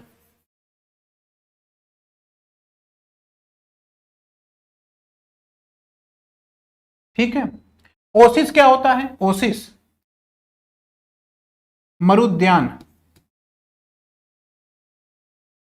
मतलब डेजर्ट के बीच में, रेगिस्तान में, रेगिस्तान में तो चारों तरफ रेत होगी, बालू होगी, लेकिन अगर रेगिस्तान के बीच में कहीं पर आपको एक झरना दिखाई दे, एक स्प्रिंग दिखाई दे, सराउंडेड बाई प्लांट्स, वो आपका ओसिस कहेगा। तो इंग्लिश की लैंग्वेज लिख दीजिए, पता लगा आप नहीं समझ पा रहे हैं। आई स्प्रिंग विथ प्लांट्स या ट्रीज इन ए डेजर्ट। एक रेगिस्तान में पानी और पेड़ पौधों का एक झुरमुट जो मिलता है, जिसको हम रेगिस्तान का बगीचा कहते हैं, ओसिस कहलाता है। रिजॉर्ट क्या हुआ? रिजॉर्ट तो एक जगह हुई जहां पे हम लोग हॉलिडे या वेकेशन इत्यादि के लिए जाते हैं। तो रिजॉर्ट अगर लिखना चाहें तो लिख लीजिए, अ प्लेस वेयर, ये आप देखे होंगे कई होटलों में लिखा रहता है resort, a place where people go on holiday, जहां हॉलिडे या वेकेशन के लिए लोग जाते हैं उसको हम लोग रिजॉर्ट कहते हैं। आगे आते हैं, नेक्स्ट क्वेश्चन की तरफ बढ़ते हैं हम लोग। अगला क्वेश्चन देखते हैं। अगला क्वेश्चन क्या है? Capable of or adopted for turning easily from one to another of various task fields of endeavour etc and is able to do many things. क्या सेंस निकल के आएगा? वह व्यक्ति जो कई काम करने में सक्षम है और बड़े आसानी से एक काम से दूसरे काम को, एक जगह से दूसरी जगह पे चला जाता है और बहुत सारे काम एक साथ मैनेज कर रहा है, वर्सेटाइल कहलाता है, बहुमुखी प्रतिभा का धनी।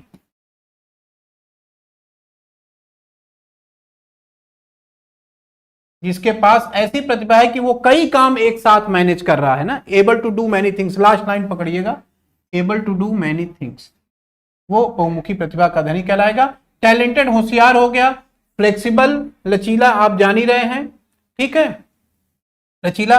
टर्न कोट, टर्न कोट शब्द से पकड़िए, टर्न कोट, कोट बदल देने वाला, कोट बदल देने में आने वाला कि कभी जो है केसरिया रंग का रखा था गमछा, आज जो है कोई दूसरे रंग का गमछा उसने रख लिया है, तो समझ जाइए वो टर्न कोट है, माने धोखेबाज आदमी है जो कब अपनी निष्ठा बदल दे उसका कोई भरोसा नहीं है। अ ट्रेटर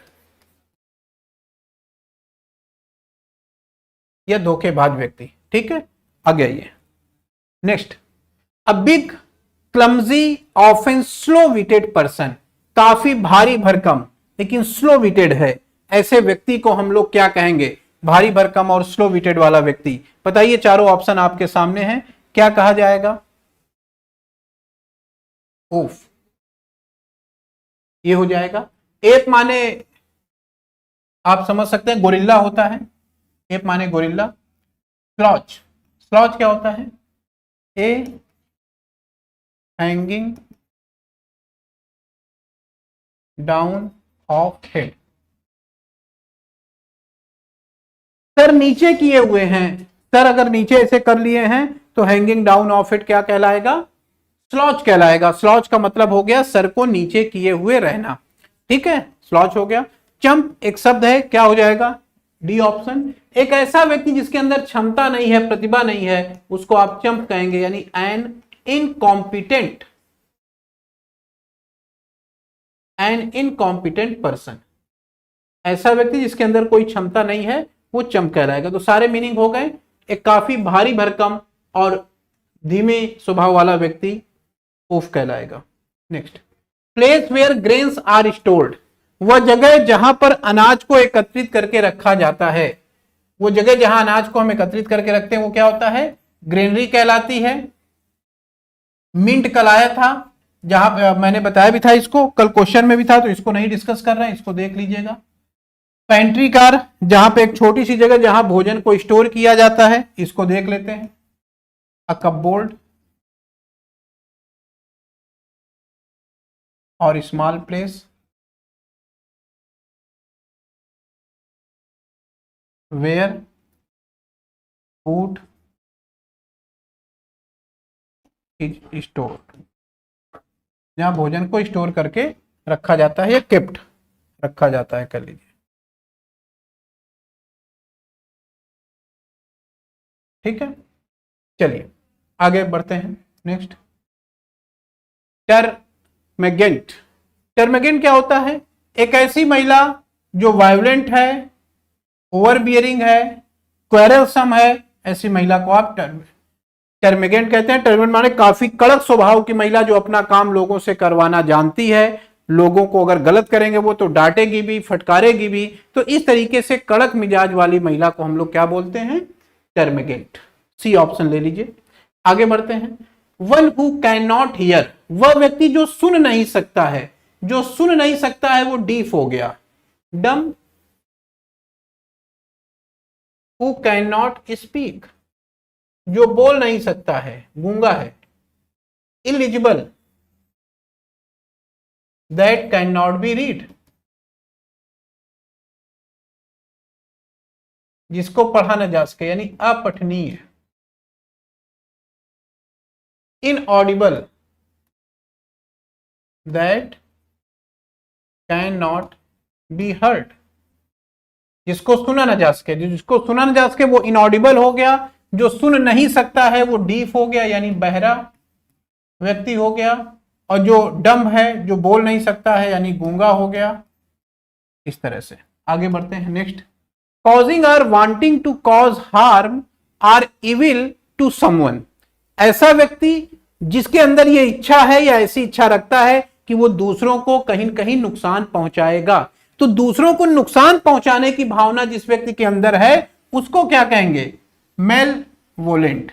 मेल का मतलब हुआ गलत और वोलेंट माने इच्छा। तो मेल वोलेंट माने दूसरों को नुकसान पहुंचाने की इच्छा रखने वाला। ऐसा व्यक्ति जिसके मन में यह इच्छा है कि वो दूसरों को नुकसान पहुंचाएगा, वो मेल वोलेंट कहलाता। केओटिक माने क्या हो जाएगा? डिसऑर्डर। कंप्लीटली केओटिक माने डिसऑर्डर,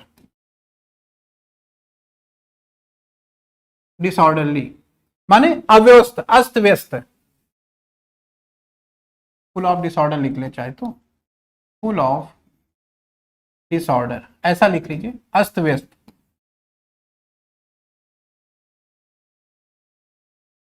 इंसिपिड क्या हुआ? इंसिपिड सूप, एग्जाम्पल इसके याद रखिए। इंसिपिड सूप हमने लिख दिया, पीने वाला। तो इंसिपिड का मतलब हुआ टेस्टलेस, जिसमें कोई टेस्ट नहीं है, स्वाद नहीं है, वो इंसिपिड कहलाएगा। ठीक है, कर लेंगे। सारे शब्द जो इंपॉर्टेंट थे मैं आपके साथ डिस्कस करते चल रहा हूं। रैंकोर का क्या मतलब होगा? ये भी हो जाएगा फीलिंग ऑफ हेटर्ड, घृणा की भावना, hatred.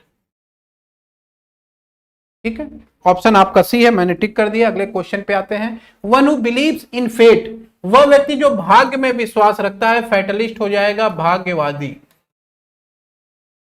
ओमनिसिएंट, one who knows everything, वह व्यक्ति जो सब कुछ जानता है, सर्वज्ञ। ओमनिसिएंट होता है।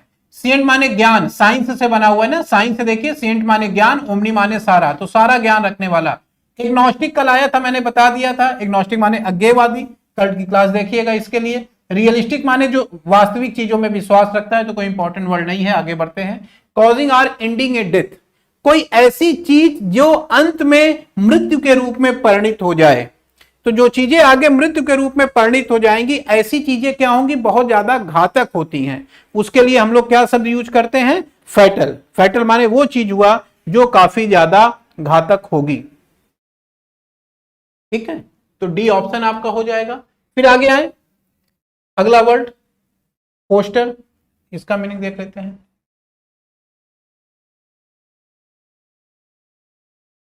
वेरी अनप्लीजेंट,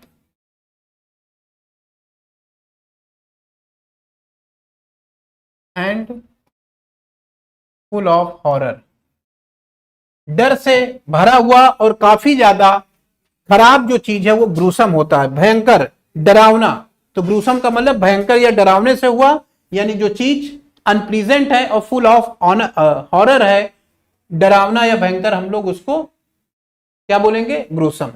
अगला जो वर्ड हमारा है बी ऑप्शन, देखिए बी ऑप्शन में क्या लिखा है? ग्रोटेस्क। ग्रोटेस्क का क्या मतलब हो जाएगा?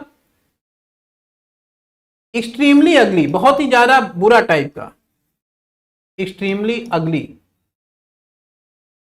बहुत ही ज्यादा जो भद्दा है, कुरूप है, ग्रोटेस्क हो जाएगा।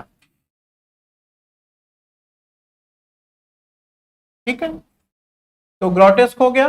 फोस्टर सिंपल वर्ड है, आप लोग जान रहे होंगे, किसी को डेवलप करना, पालना पोसना, बड़ा करना। चाहे तो मीनिंग लिखना हो तो लिख लीजिए, टू इनकरेज,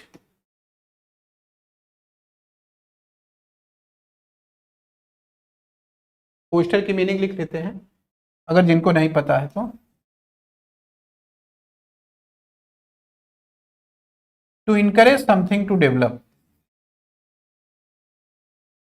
किसी को समथिंग या समबडी, किसी को उसके विकास में आगे बढ़ने में मदद करना फोस्टर कहलाता है। तो ये चारों वर्ड यहां पे इंपॉर्टेंट थे। जो चीज काफी ज्यादा नुकसानदेह है, जिससे मृत्यु हो सकती है, वो फैटल हो गई। जो काफी कुरूप है, ग्रोटेस्क हो गया। डरावना या भयंकर है, ग्रूसम हो गया। और किसी चीज को डेवलप करना फोस्टर हो गया। आगे आते हैं, नेक्स्ट क्वेश्चन देखते हैं। अ फॉर्मल एग्रीमेंट, आपको मैं बता दूं, हम लोग सीजर 2023 टीयर 1 के क्वेश्चन कर रहे हैं, वन वर्ड सब्स्टिट्यूशन के। और ये सारी चीज पीडीएफ फॉर्म में हमारा टेलीग्राम चैनल, जिसका लिंक नीचे दिया गया है, वहां पे आपको मिल जाएगी। वहां से जाके आप इसको डाउनलोड करके पढ़ सकते हैं। A formal agreement between two or more nation or people, दो लोगों के लिए अगर बीच में होता तो बॉन्ड भी हो सकता था। ध्यान समझिएगा, दो लोगों के बीच में होता तो बॉन्ड भी हो सकता था, लेकिन यहां लोगों के साथ साथ नेशंस भी जोड़ दिया गया है। तो दो देशों के बीच में अगर है, लोगों के साथ साथ कंट्रीज के भी बीच में है, तो वो पैक्ट होता है। पैक्ट कंट्रीज के बीच में होता है, लोगों के बीच में बॉन्ड होता है। तो इस चीज को समझिएगा, बॉन्ड अगर होता तो वो केवल लोगों के लिए होता, क्योंकि यहां पर देशों की बात की जा रही है, नेशंस आर पीपुल्स की बात की जा रही है, इसलिए इसके लिए हम लोग क्या वर्ड यूज करेंगे, पैक्ट। ठीक है, बाकी चार्टर क्या है, चार्टर आप लिखना चाहे तो लिख लीजिए। चार्टर ये आ सकता है, written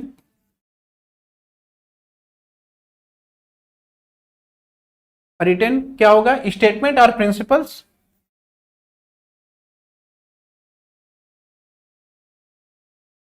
written statement of principles माने किन किन सिद्धांतों पे हम काम करेंगे, वो सिद्धांतों का पूरा विवरण ऑफ एन ऑर्गेनाइजेशन।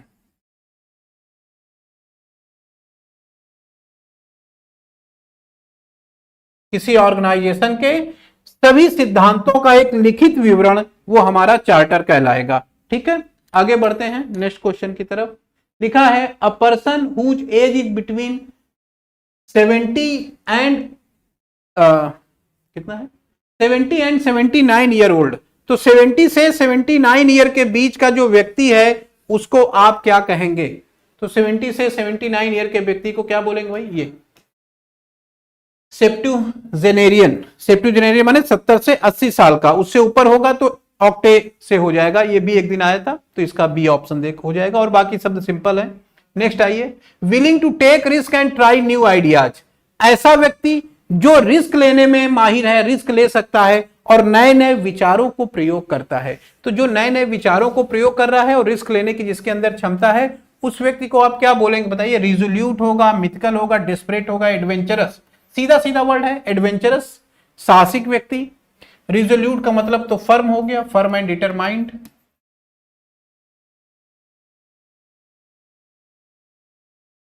मिथिकल माने मिथ को मानने वाला, जो चीजें मिथ से जुड़ी हुई हैं, कल्पनाओं से, पुराणों से, कथाओं से जुड़ी हुई है, वो चीजें मिथिकल हो जाएंगी।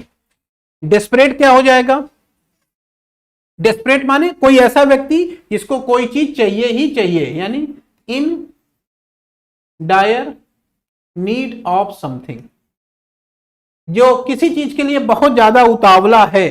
कि जैसे आप हैं, आप डेस्परेट हैं एसएससी में सिलेक्शन लेने के लिए, यानी आपको एसएससी में सिलेक्शन चाहिए ही चाहिए, एक पोस्ट आपको वहां चाहिए ही चाहिए। तो क्या हो जाएगा, क्या यूज करेंगे, डेस्परेट। किसी चीज के लिए बहुत ज्यादा उतावला होना, उत्साहित होना, या ये भाव यहां पे है कि वो चीज आपको बहुत ज्यादा आवश्यक है, उसके बगैर आपका काम नहीं चल सकता है, तो आप उस चीज के लिए डेस्परेट हो जाएंगे। फीलिंग समझिएगा।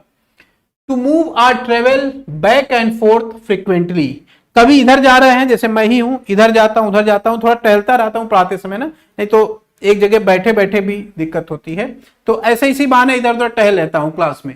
तो to give move or travel back and forth frequently, बार बार इधर उधर आगे पीछे आप जा रहे हैं, तो उसके लिए क्या वर्ड यूज करेंगे। तो उसके लिए सबसे बेहतर वर्ड है आपका subtle, A option, subtle. Poster वही पुराना वर्ड है, पीछे मैंने मीनिंग आपको बता दी है, अब यहां दोबारा से नहीं बताऊंगा। आगे पीछे टहलना सेटल कहलाता है। दो वर्ड यहां पे नए हैं, उनकी मीनिंग कहिए तो मैं बता दूं। जैसे रप्चर लिखा हुआ है, तो रप्चर का मतलब होगा टू बस्ट, फट जाना किसी चीज का, टू बस्ट इसका सिनोनिम्स हो जाएगा। डी ऑप्शन आप देखिए, डी ऑप्शन में आपका क्या है, ग्रैपल है। ग्रैपल क्या सेंस देगा, सोचिए जरा। ग्रैपल का मतलब है तो ग्रैपल करना किसी को, जैसे ग्रैपल हैंड मतलब किसी चीज को कस के पकड़ लेना और इस तरीके से पकड़ना कि उसको आप छोड़ नहीं रहे हैं। तो ग्रैपल का मीनिंग लिख लीजिए, टू सीज, ठीक है, समथिंग। टू सीज समथिंग का मतलब किसी चीज को कस करके पकड़ लेना, ये आपका ग्रैपल हो जाएगा। टू सीज समथिंग माने पकड़ना, एंड चाहे तो इसको और जोड़ लीजिए और क्लियर हो जाएगा, एंड होल्ड इट फर्मली। अब समझ गए आप, जो मैंने अभी हिंदी में आपको बताया था कि किसी चीज को पकड़ना और कस के उसको पकड़े रहना, ग्रैपल हो जाएगा, किसी चीज को कस के पकड़े रहना। आगे आइए, जैसे कोई चोर भाग रहा था चोरी करके, आपने उसको पकड़ लिया और कस के पकड़े हुए छोड़ नहीं रहे, तो ग्रैपल कर लिया उसको। Someone who lives in solitude, वह व्यक्ति जो एकांत में रहना पसंद करता है। जैसे इस समय आप होंगे, आपको नहीं जाना चाहिए इधर उधर लोगों के पास, चुपचाप कमरे में एकांत रूप से अपनी पढ़ाई करनी चाहिए, रिक्लूज हो जाएगा, सन्यासी। रिफ्यूजी जान रहे होंगे, रिफ्यूजी माने शरणार्थी। मेट्रोपॉलिटन का मतलब जो मेट्रो शहरों में रहता है, दिल्ली जैसे शहरों में रहता है। कॉस्मोपॉलिटन माने सर्वदेशी, जो पूरे देश में घूम रहा है, मोदी जी की तरह, कभी यहां है कभी वहां है, कभी किसी कंट्री में है कभी दूसरे कंट्री में है, पूरे विश्व को ही अपना वसुधैव कुटुंबकम की विचारधारा पे चल रहा है कि पूरा विश्व ही संसार है, पूरा विश्व ही परिवार है। तो ऐसे व्यक्ति को हम लोग क्या बोलते हैं, कॉस्मोपॉलिटन। ठीक है, चलिए आगे आइए, नेक्स्ट। अगला लिखा हुआ है वन हु लव्स मैनकाइंड, वह व्यक्ति जो मानवता का प्रेमी है। कल भी आया था, कल भी मैंने आपको ये चीज बताई थी, फिलैंथ्रोपिस्ट। एक ही शब्द बार बार पूछा जा रहा है। ऑप्टिमिस्ट भी कल आया था, आशावादी, आपको मैंने बता दिया था। पेसिमिस्ट भी कल आया था, क्वेश्चन में ही था, निराशावादी। कल ये डायरेक्ट क्वेश्चन में था, यहां पे ऑप्शन में है।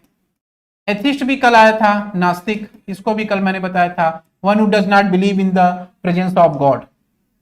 आगे आइए, ये सारे शब्द आए हुए थे तो बहुत ज्यादा टाइम उस पर नहीं लगाते हैं, जो नए वर्ड होंगे उनको देखते हैं। पुराने शब्द जो हम लोग कल की क्लास में देख चुके हैं या आज की क्लास में देख चुके हैं, उस पर टाइम वेस्ट करने से कोई फायदा नहीं है। A speech bye an actor at the end of a play, किसी नाटक के अंत में जो दिया गया भाषण है वो क्या कहलाएगा, एपिलॉग। और अगर वही नाटक के शुरुआत में दिया गया भाषण है तो क्या कहलाएगा, प्रोलॉग। तो ये दोनों वर्ड माइंड में आपको सेट रखने हैं, प्रोलॉग भी और एपिलॉग भी। तो एपिलॉग का सेंटेंस तो लिखा हुआ है, प्रोलॉग लिख लीजिए। A speech at the beginning of A film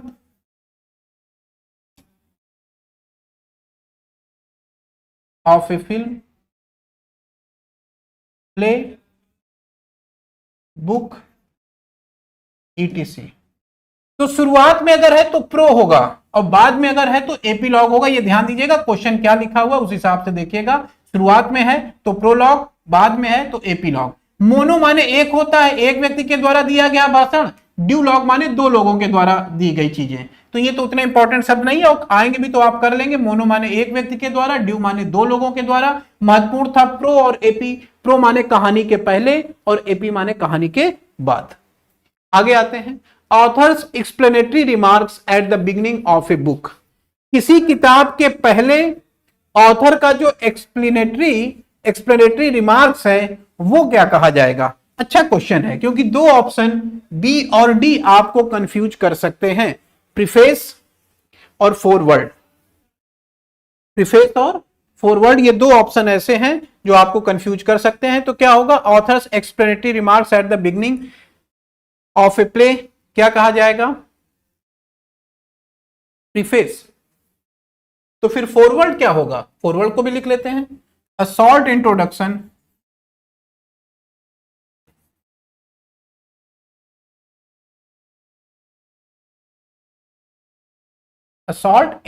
माने एक छोटा सा इंट्रोडक्शन, कहां पर? वही किताब की शुरुआत में, किसी चीज की शुरुआत में, at the beginning of a book a short introduction at the beginning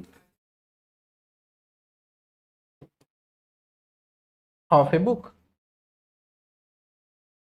किसी किताब की शुरुआत में एक छोटा सा जो इंट्रोडक्शन है वो फॉरवर्ड कहा जाएगा। इसमें जो पॉइंट है वो ये है, आथर्स एक्सप्लेनेटरी रिमार्क्स, ये पॉइंट है। अगर ऐसा है तो प्रीफेस होगा, नहीं तो फॉरवर्ड हो जाएगा। ठीक है, बाकी बिब्लियोग्राफी, बायोग्राफी जान ही रहे होंगे आप, अपनी जीवन कथा, कोई ऐसा शब्द नहीं है जो आप बहुत ज्यादा उसके बारे में परेशान हो। बिब्लियोग्राफी कहिए तो हाँ, ये देख सकते हैं, the study of history of books and their production. किताब की उत्पत्ति कैसे हुई, पूरा किताब का इतिहास और पूरा उसका अध्ययन, किताबों की उत्पत्ति और उसके सारी चीजों का अध्ययन बिब्लियोग्राफी कहलाती है। The study of the history of books and their production. ठीक है, कर लेंगे तो वन वर्ड में आएगा, the study of the history. ठीक, आ गया। बायोग्राफी तो आत्मकथा है, जीवन गाथा किसी की, और खुद लिख रहे हैं तो ऑटोबायोग्राफी हो जाएगी। नेक्स्ट आइए, never changing and therefore boring. कोई चीज अगर हम चेंज ना करें तो वो बोरिंग हो जाती है।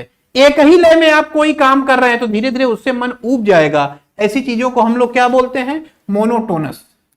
मोनोटोनस माने एक ही टोन में चल रहा है, टोन बदल नहीं रहा है। तो थोड़ा थोड़ा टोन बदलना भी जरूरी होता है, नहीं तो चीजें आपके लिए बोरिंग हो जाएंगी। बाकी सिंपल वर्ड है, कोई ऐसा महत्वपूर्ण नहीं है जो हम लोग ना जानते हो।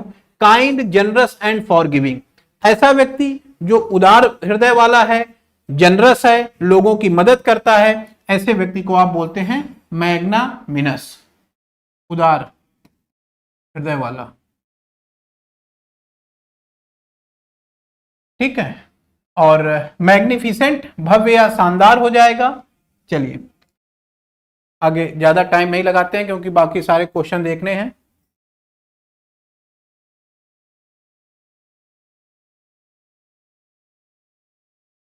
इसका कहिए तो बता दूं, a option, a warning of something that is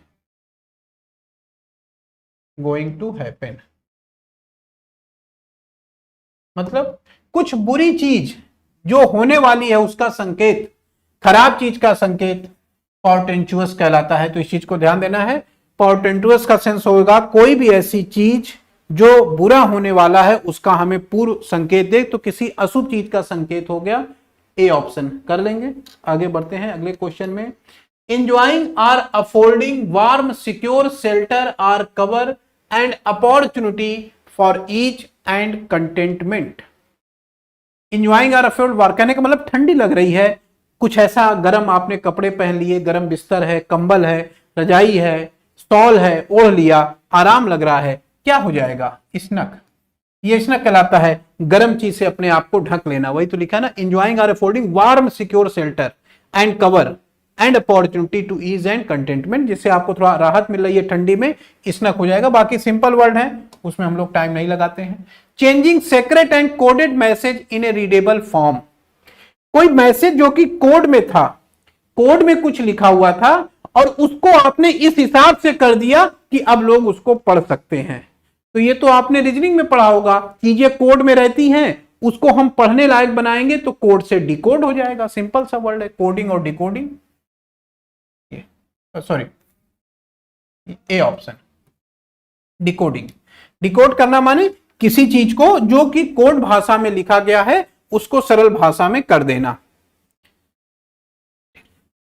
और इनक्रिप्ट उसका अपोजिट हो जाएगा। जो इनक्रिप्ट वर्ड है वो इसका ठीक अपोजिट हो जाएगा, to put information in a special code. किसी सूचना को आपने कोड रूप दे दिया, वो आपका इंक्रिप्टिंग हो जाएगा, और उस कोड को रीडेबल फॉर्म में बदल दिया तो वो आपका डी कोड हो जाएगा। आगे बढ़ते हैं। Too strong to be defeated or changed. कोई चीज इतनी ज्यादा स्ट्रांग है, इतनी ज्यादा मजबूत है कि ना तो हम उसको पराजित कर सकते हैं और ना ही परिवर्तित कर सकते हैं, तो ऐसा क्या हो जाएगा, इनविंसिबल, जिसको पराजित ना किया जा सके। विगरस, अधिक उत्साह या एनर्जी वाला। Head strong, D option. Head strong क्या होगा, फर्म, अभी आ चुका है, पहले भी, कल भी आए थे, ये सब कर लेंगे आप। सॉवरेन भी कल आया था, संप्रभु। आगे बढ़ते हैं। Which can not be read, अभी मैंने लिखवाया आपको, इसके पहले क्वेश्चन आया था, जिसको पढ़ा ना जा सके, तो जिसको पढ़ा ना जा सके वो क्या हो जाएगा, इलिजिबल, अपठनीय। इनविजिबल माने अदृश्य। इलिटरेट, अनपढ़, सब बता चुका हूं आपको।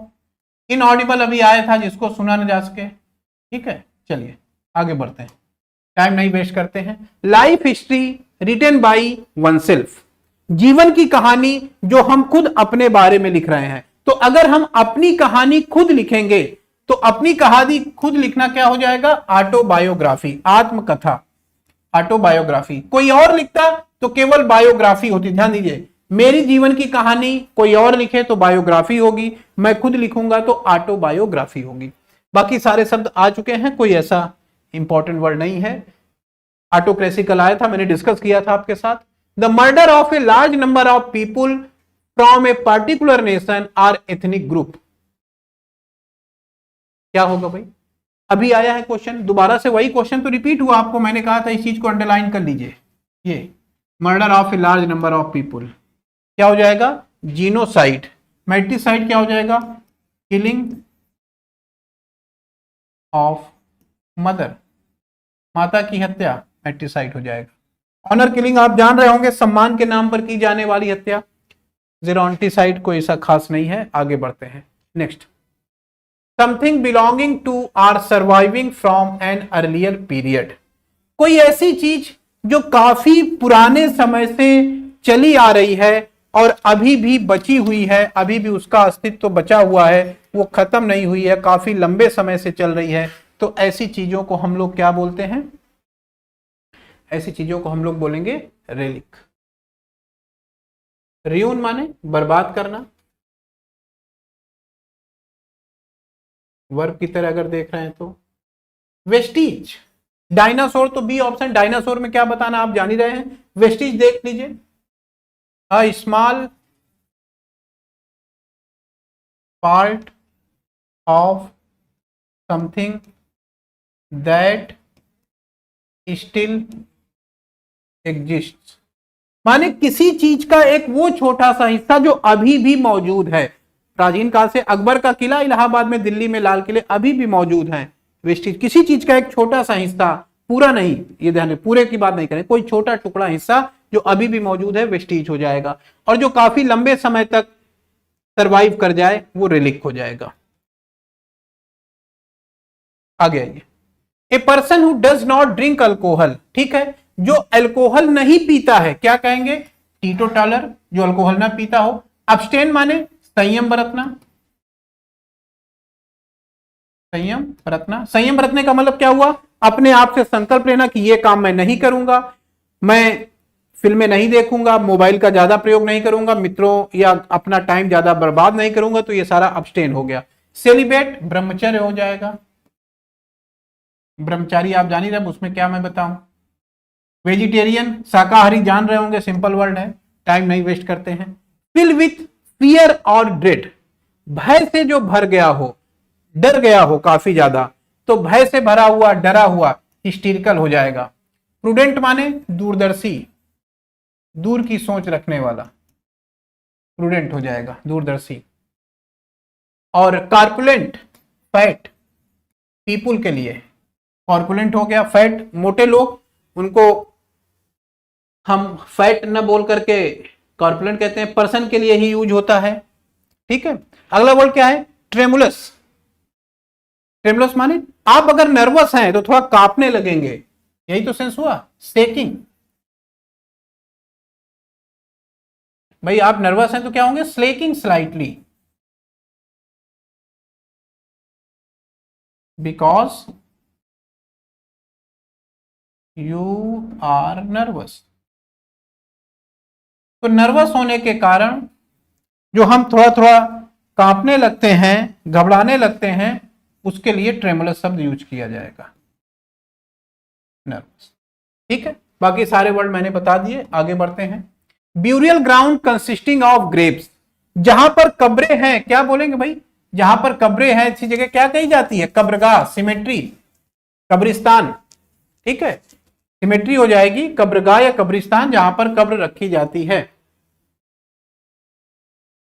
और बी ऑप्शन ऑडिटोरियम, आप जान रहे होंगे, जहां श्रोता इत्यादि बैठते हैं। सी ऑप्शन है सेंचुरी, ये देख सकते हैं sanctuary, an area where animals oblique birds are protected. ठीक है, एक ऐसा क्षेत्र जहां पे जानवरों और पक्षियों को रखा जाता है सुरक्षित तरीके से, वो सेंचुरी कहलाती है। बर्ड सेंचुरी होती है, एनिमल सेंचुरी होती है। कोर्टयार्ड क्या हुआ, आंगन हुआ, कोई बड़ा सा महल है उसके आगे जो एरिया होता है आंगन की तरीके, कोर्टयार्ड कहलाता है। ऑडिटोरियम जान रहे होंगे, सभागार। चलिए, not informed about or aware of something, ऐसा व्यक्ति जिसको किसी चीज के बारे में जानकारी नहीं है या उस चीज से वो सजग नहीं है। अब सजग नहीं है, अब्सेंट तो हो नहीं सकता, अनुपस्थित। इनकॉन्शियंट, अनएजुकेटेड, ओब्लिवियस, ओब्लिवियस हो जाएगा, बी ऑप्शन ले लीजिए।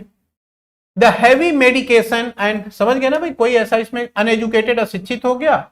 इनकॉन्शियंट माने जिसका कॉन्शियस अलाउ नहीं कर रहा है, समझदार नहीं है। अब्सेंट का मतलब जो अनुपस्थित है, तो यही एक वर्ड बचा, जिसको जानकारी नहीं है, विस्मृत हो चुका है, ओब्लिवियस।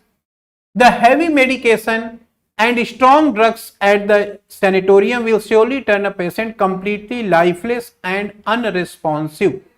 तो पूरी तरीके से लाइफलेस और अनरिस्पॉन्सिव हो जाएगा, मतलब कोई व्यक्ति है उसका बॉडी ऐसा हो गया है कि बिल्कुल भी रिएक्ट नहीं कर रहा है, और ऐसा लग रहा है जैसा वो एकदम लाश की तरह है, उसमें कोई जीवन नहीं बचा हुआ है। तो लाश के जैसा, यही तो सेंस आएगा, लाश के जैसा क्या हो जाएगा, कैडावेरस, सब तुल्य, हिंदी में कहते हैं सब तुल्य, एकदम मरे हुए के समान हो गया है। ये लास्ट वाली, कंप्लीटली लाइफलेस एंड अनरिस्पॉन्सिव। टॉम्बी का मतलब क्या हुआ, ग्रेव, कब्र। टॉम्बी का मतलब ग्रेव हो गई, यानी कब्र। वेस्टेड तो वेस्ट करना, वेस्ट से बना हुआ है, सिंपल वर्ड है। जोनिक साइन को दर्शाता है, ये कोई ऐसा खास वर्ड नहीं है। The practice of writing dictionary, dictionary को लिखने का प्रैक्टिस क्या कहलाएगा भाई, लेक्सिकोग्राफी, कल भी आया था लेक्सिकोग्राफी। फिर एंथ्रोपोलॉजी कल आया था, मैंने डिस्कस कर दिया था, इसको नहीं लिखवा रहा हूं, ध्यान दीजिएगा, कल की क्लास देखिएगा। फिलोलॉजी नया वर्ड है जो मैंने कल नहीं डिस्कस किया था, उसको यहां बता दे रहा हूं, द स्टडी ऑफ लैंग्वेज, भाषा का अध्ययन। तो भाषा का अध्ययन फिलोलॉजी कहलाता है। फोटोग्राफी आप जान रहे होंगे, एंथ्रोपोलॉजी कल की क्लास में मैंने डिस्कस किया था, वहां से देख लीजिएगा। बाकी जो लिखा हुआ है डिक्शनरी लिखने की प्रैक्टिस लेक्सिकोग्राफी होती है। क्यों, क्योंकि लेक्सिकन का मतलब ही डिक्शनरी से है, तो लेक्सिको माने डिक्शनरी हो गई, ग्राफी माने प्रैक्टिस हो गई, तो लेक्सिकोग्राफी हो गई, practice of writing dictionary. The prime minister paid tributes to the martyrs by laying circular arrangement of flower. देखा होगा आपने, प्रधानमंत्री जी इस तरीके से सर्कुलर अरेंजमेंट, एक गोला गोला लेके जाते हैं और चढ़ाते हैं वहां पर, तो ये रीद होता है, फूलों की माला। बर्ड्स माने तो कलिया होगी, पोजीज होगा नहीं। बुके क्या होगा, बुके तो इस तरीके से होता है ना, इस फॉर्म में ऐसे होता है, ऐसे ऐसे मान लीजिए फ्लावर निकले हुए हैं, ये बुके हो गया। और ये जो गोला गोला है जिसमें ऐसे ऐसे फूल रहेंगे, ये आपका रीत हो जाएगा। आगे आइए। He did not stop until it was remarked that he was speaking at length about trivial things। वो तब तक नहीं रुका जब तक उसको ये बताया नहीं गया कि he was speaking at length about trivial things। वो छोटी छोटी चीजों पे भी काफी लंबा भाषण दे रहा है, और छोटी छोटी चीजों पे भी काफी लंबा भाषण देना, बहुत देर तक बोलते रहना, रैम्बलिंग हो जाता है। ट्विटरिंग आप जान रहे हैं, ट्विटर से रिलेटेड है, ट्विटर आपको पता है, मुझे बताने की जरूरत नहीं है। राइटिंग आप जान ही रहे होंगे। लिटरिंग, लिटर करना माने इधर उधर चीजों को बिखेर देना, कूड़ा करना, करकट करना, लिटरिंग हो जाता है। तो रैम्बलिंग हो जाएगा, काफी देर तक बोलना, छोटी छोटी चीजों पे भी काफी विस्तार से बताना। नेक्स्ट, आउटर प्रोटेक्टिव, इसीलिए मैं जल्दी जल्दी बता रहा हूं, नहीं तो आप आंसर बहुत टाइम ले रहे हैं, आप भी जो है रैम्बल कर रहे हैं। Outer protective layer of a tree, एक पेड़ के चारों तरफ की जो छाल होती है जो उसका प्रोटेक्शन करती है, आप जान रहे होंगे, बार्क कहलाती है। पील तो जैसे फ्रूट के लिए हो गया, कोई फल है उसकी हो जाएगी। श्रप झाड़ी होती है, रिन भी लेयर हो गई, तो यहां पे आउटर प्रोटेक्टिव लेयर क्या होगी, बार्क। पील हो गया, श्रप माने झाड़ी। आगे आइए, a place where airplanes are kept for maintenance, कल की क्लास में आया था, कल मैंने लिखा भी था इसको, कल क्वेश्चन के फॉर्म में नहीं था, आज क्वेश्चन के फॉर्म में है, लेकिन राइट एग्जामिनर ने आपको कंफ्यूज किया है। स्पेलिंग जरूर देखिए, नहीं तो कंफ्यूज हो सकते हैं, गलत हो सकती है स्पेलिंग आपकी, HANGAR, हैंगनर हो जाएगा। ठीक है, तो लगभग सारी चीजें हम लोगों ने कवर कर ली हैं, खासकर वो सारे क्वेश्चन जो एसएससी ने पूछे थे CGL 2023 के टीयर 1 के एग्जाम में। ठीक, कर लेंगे आप।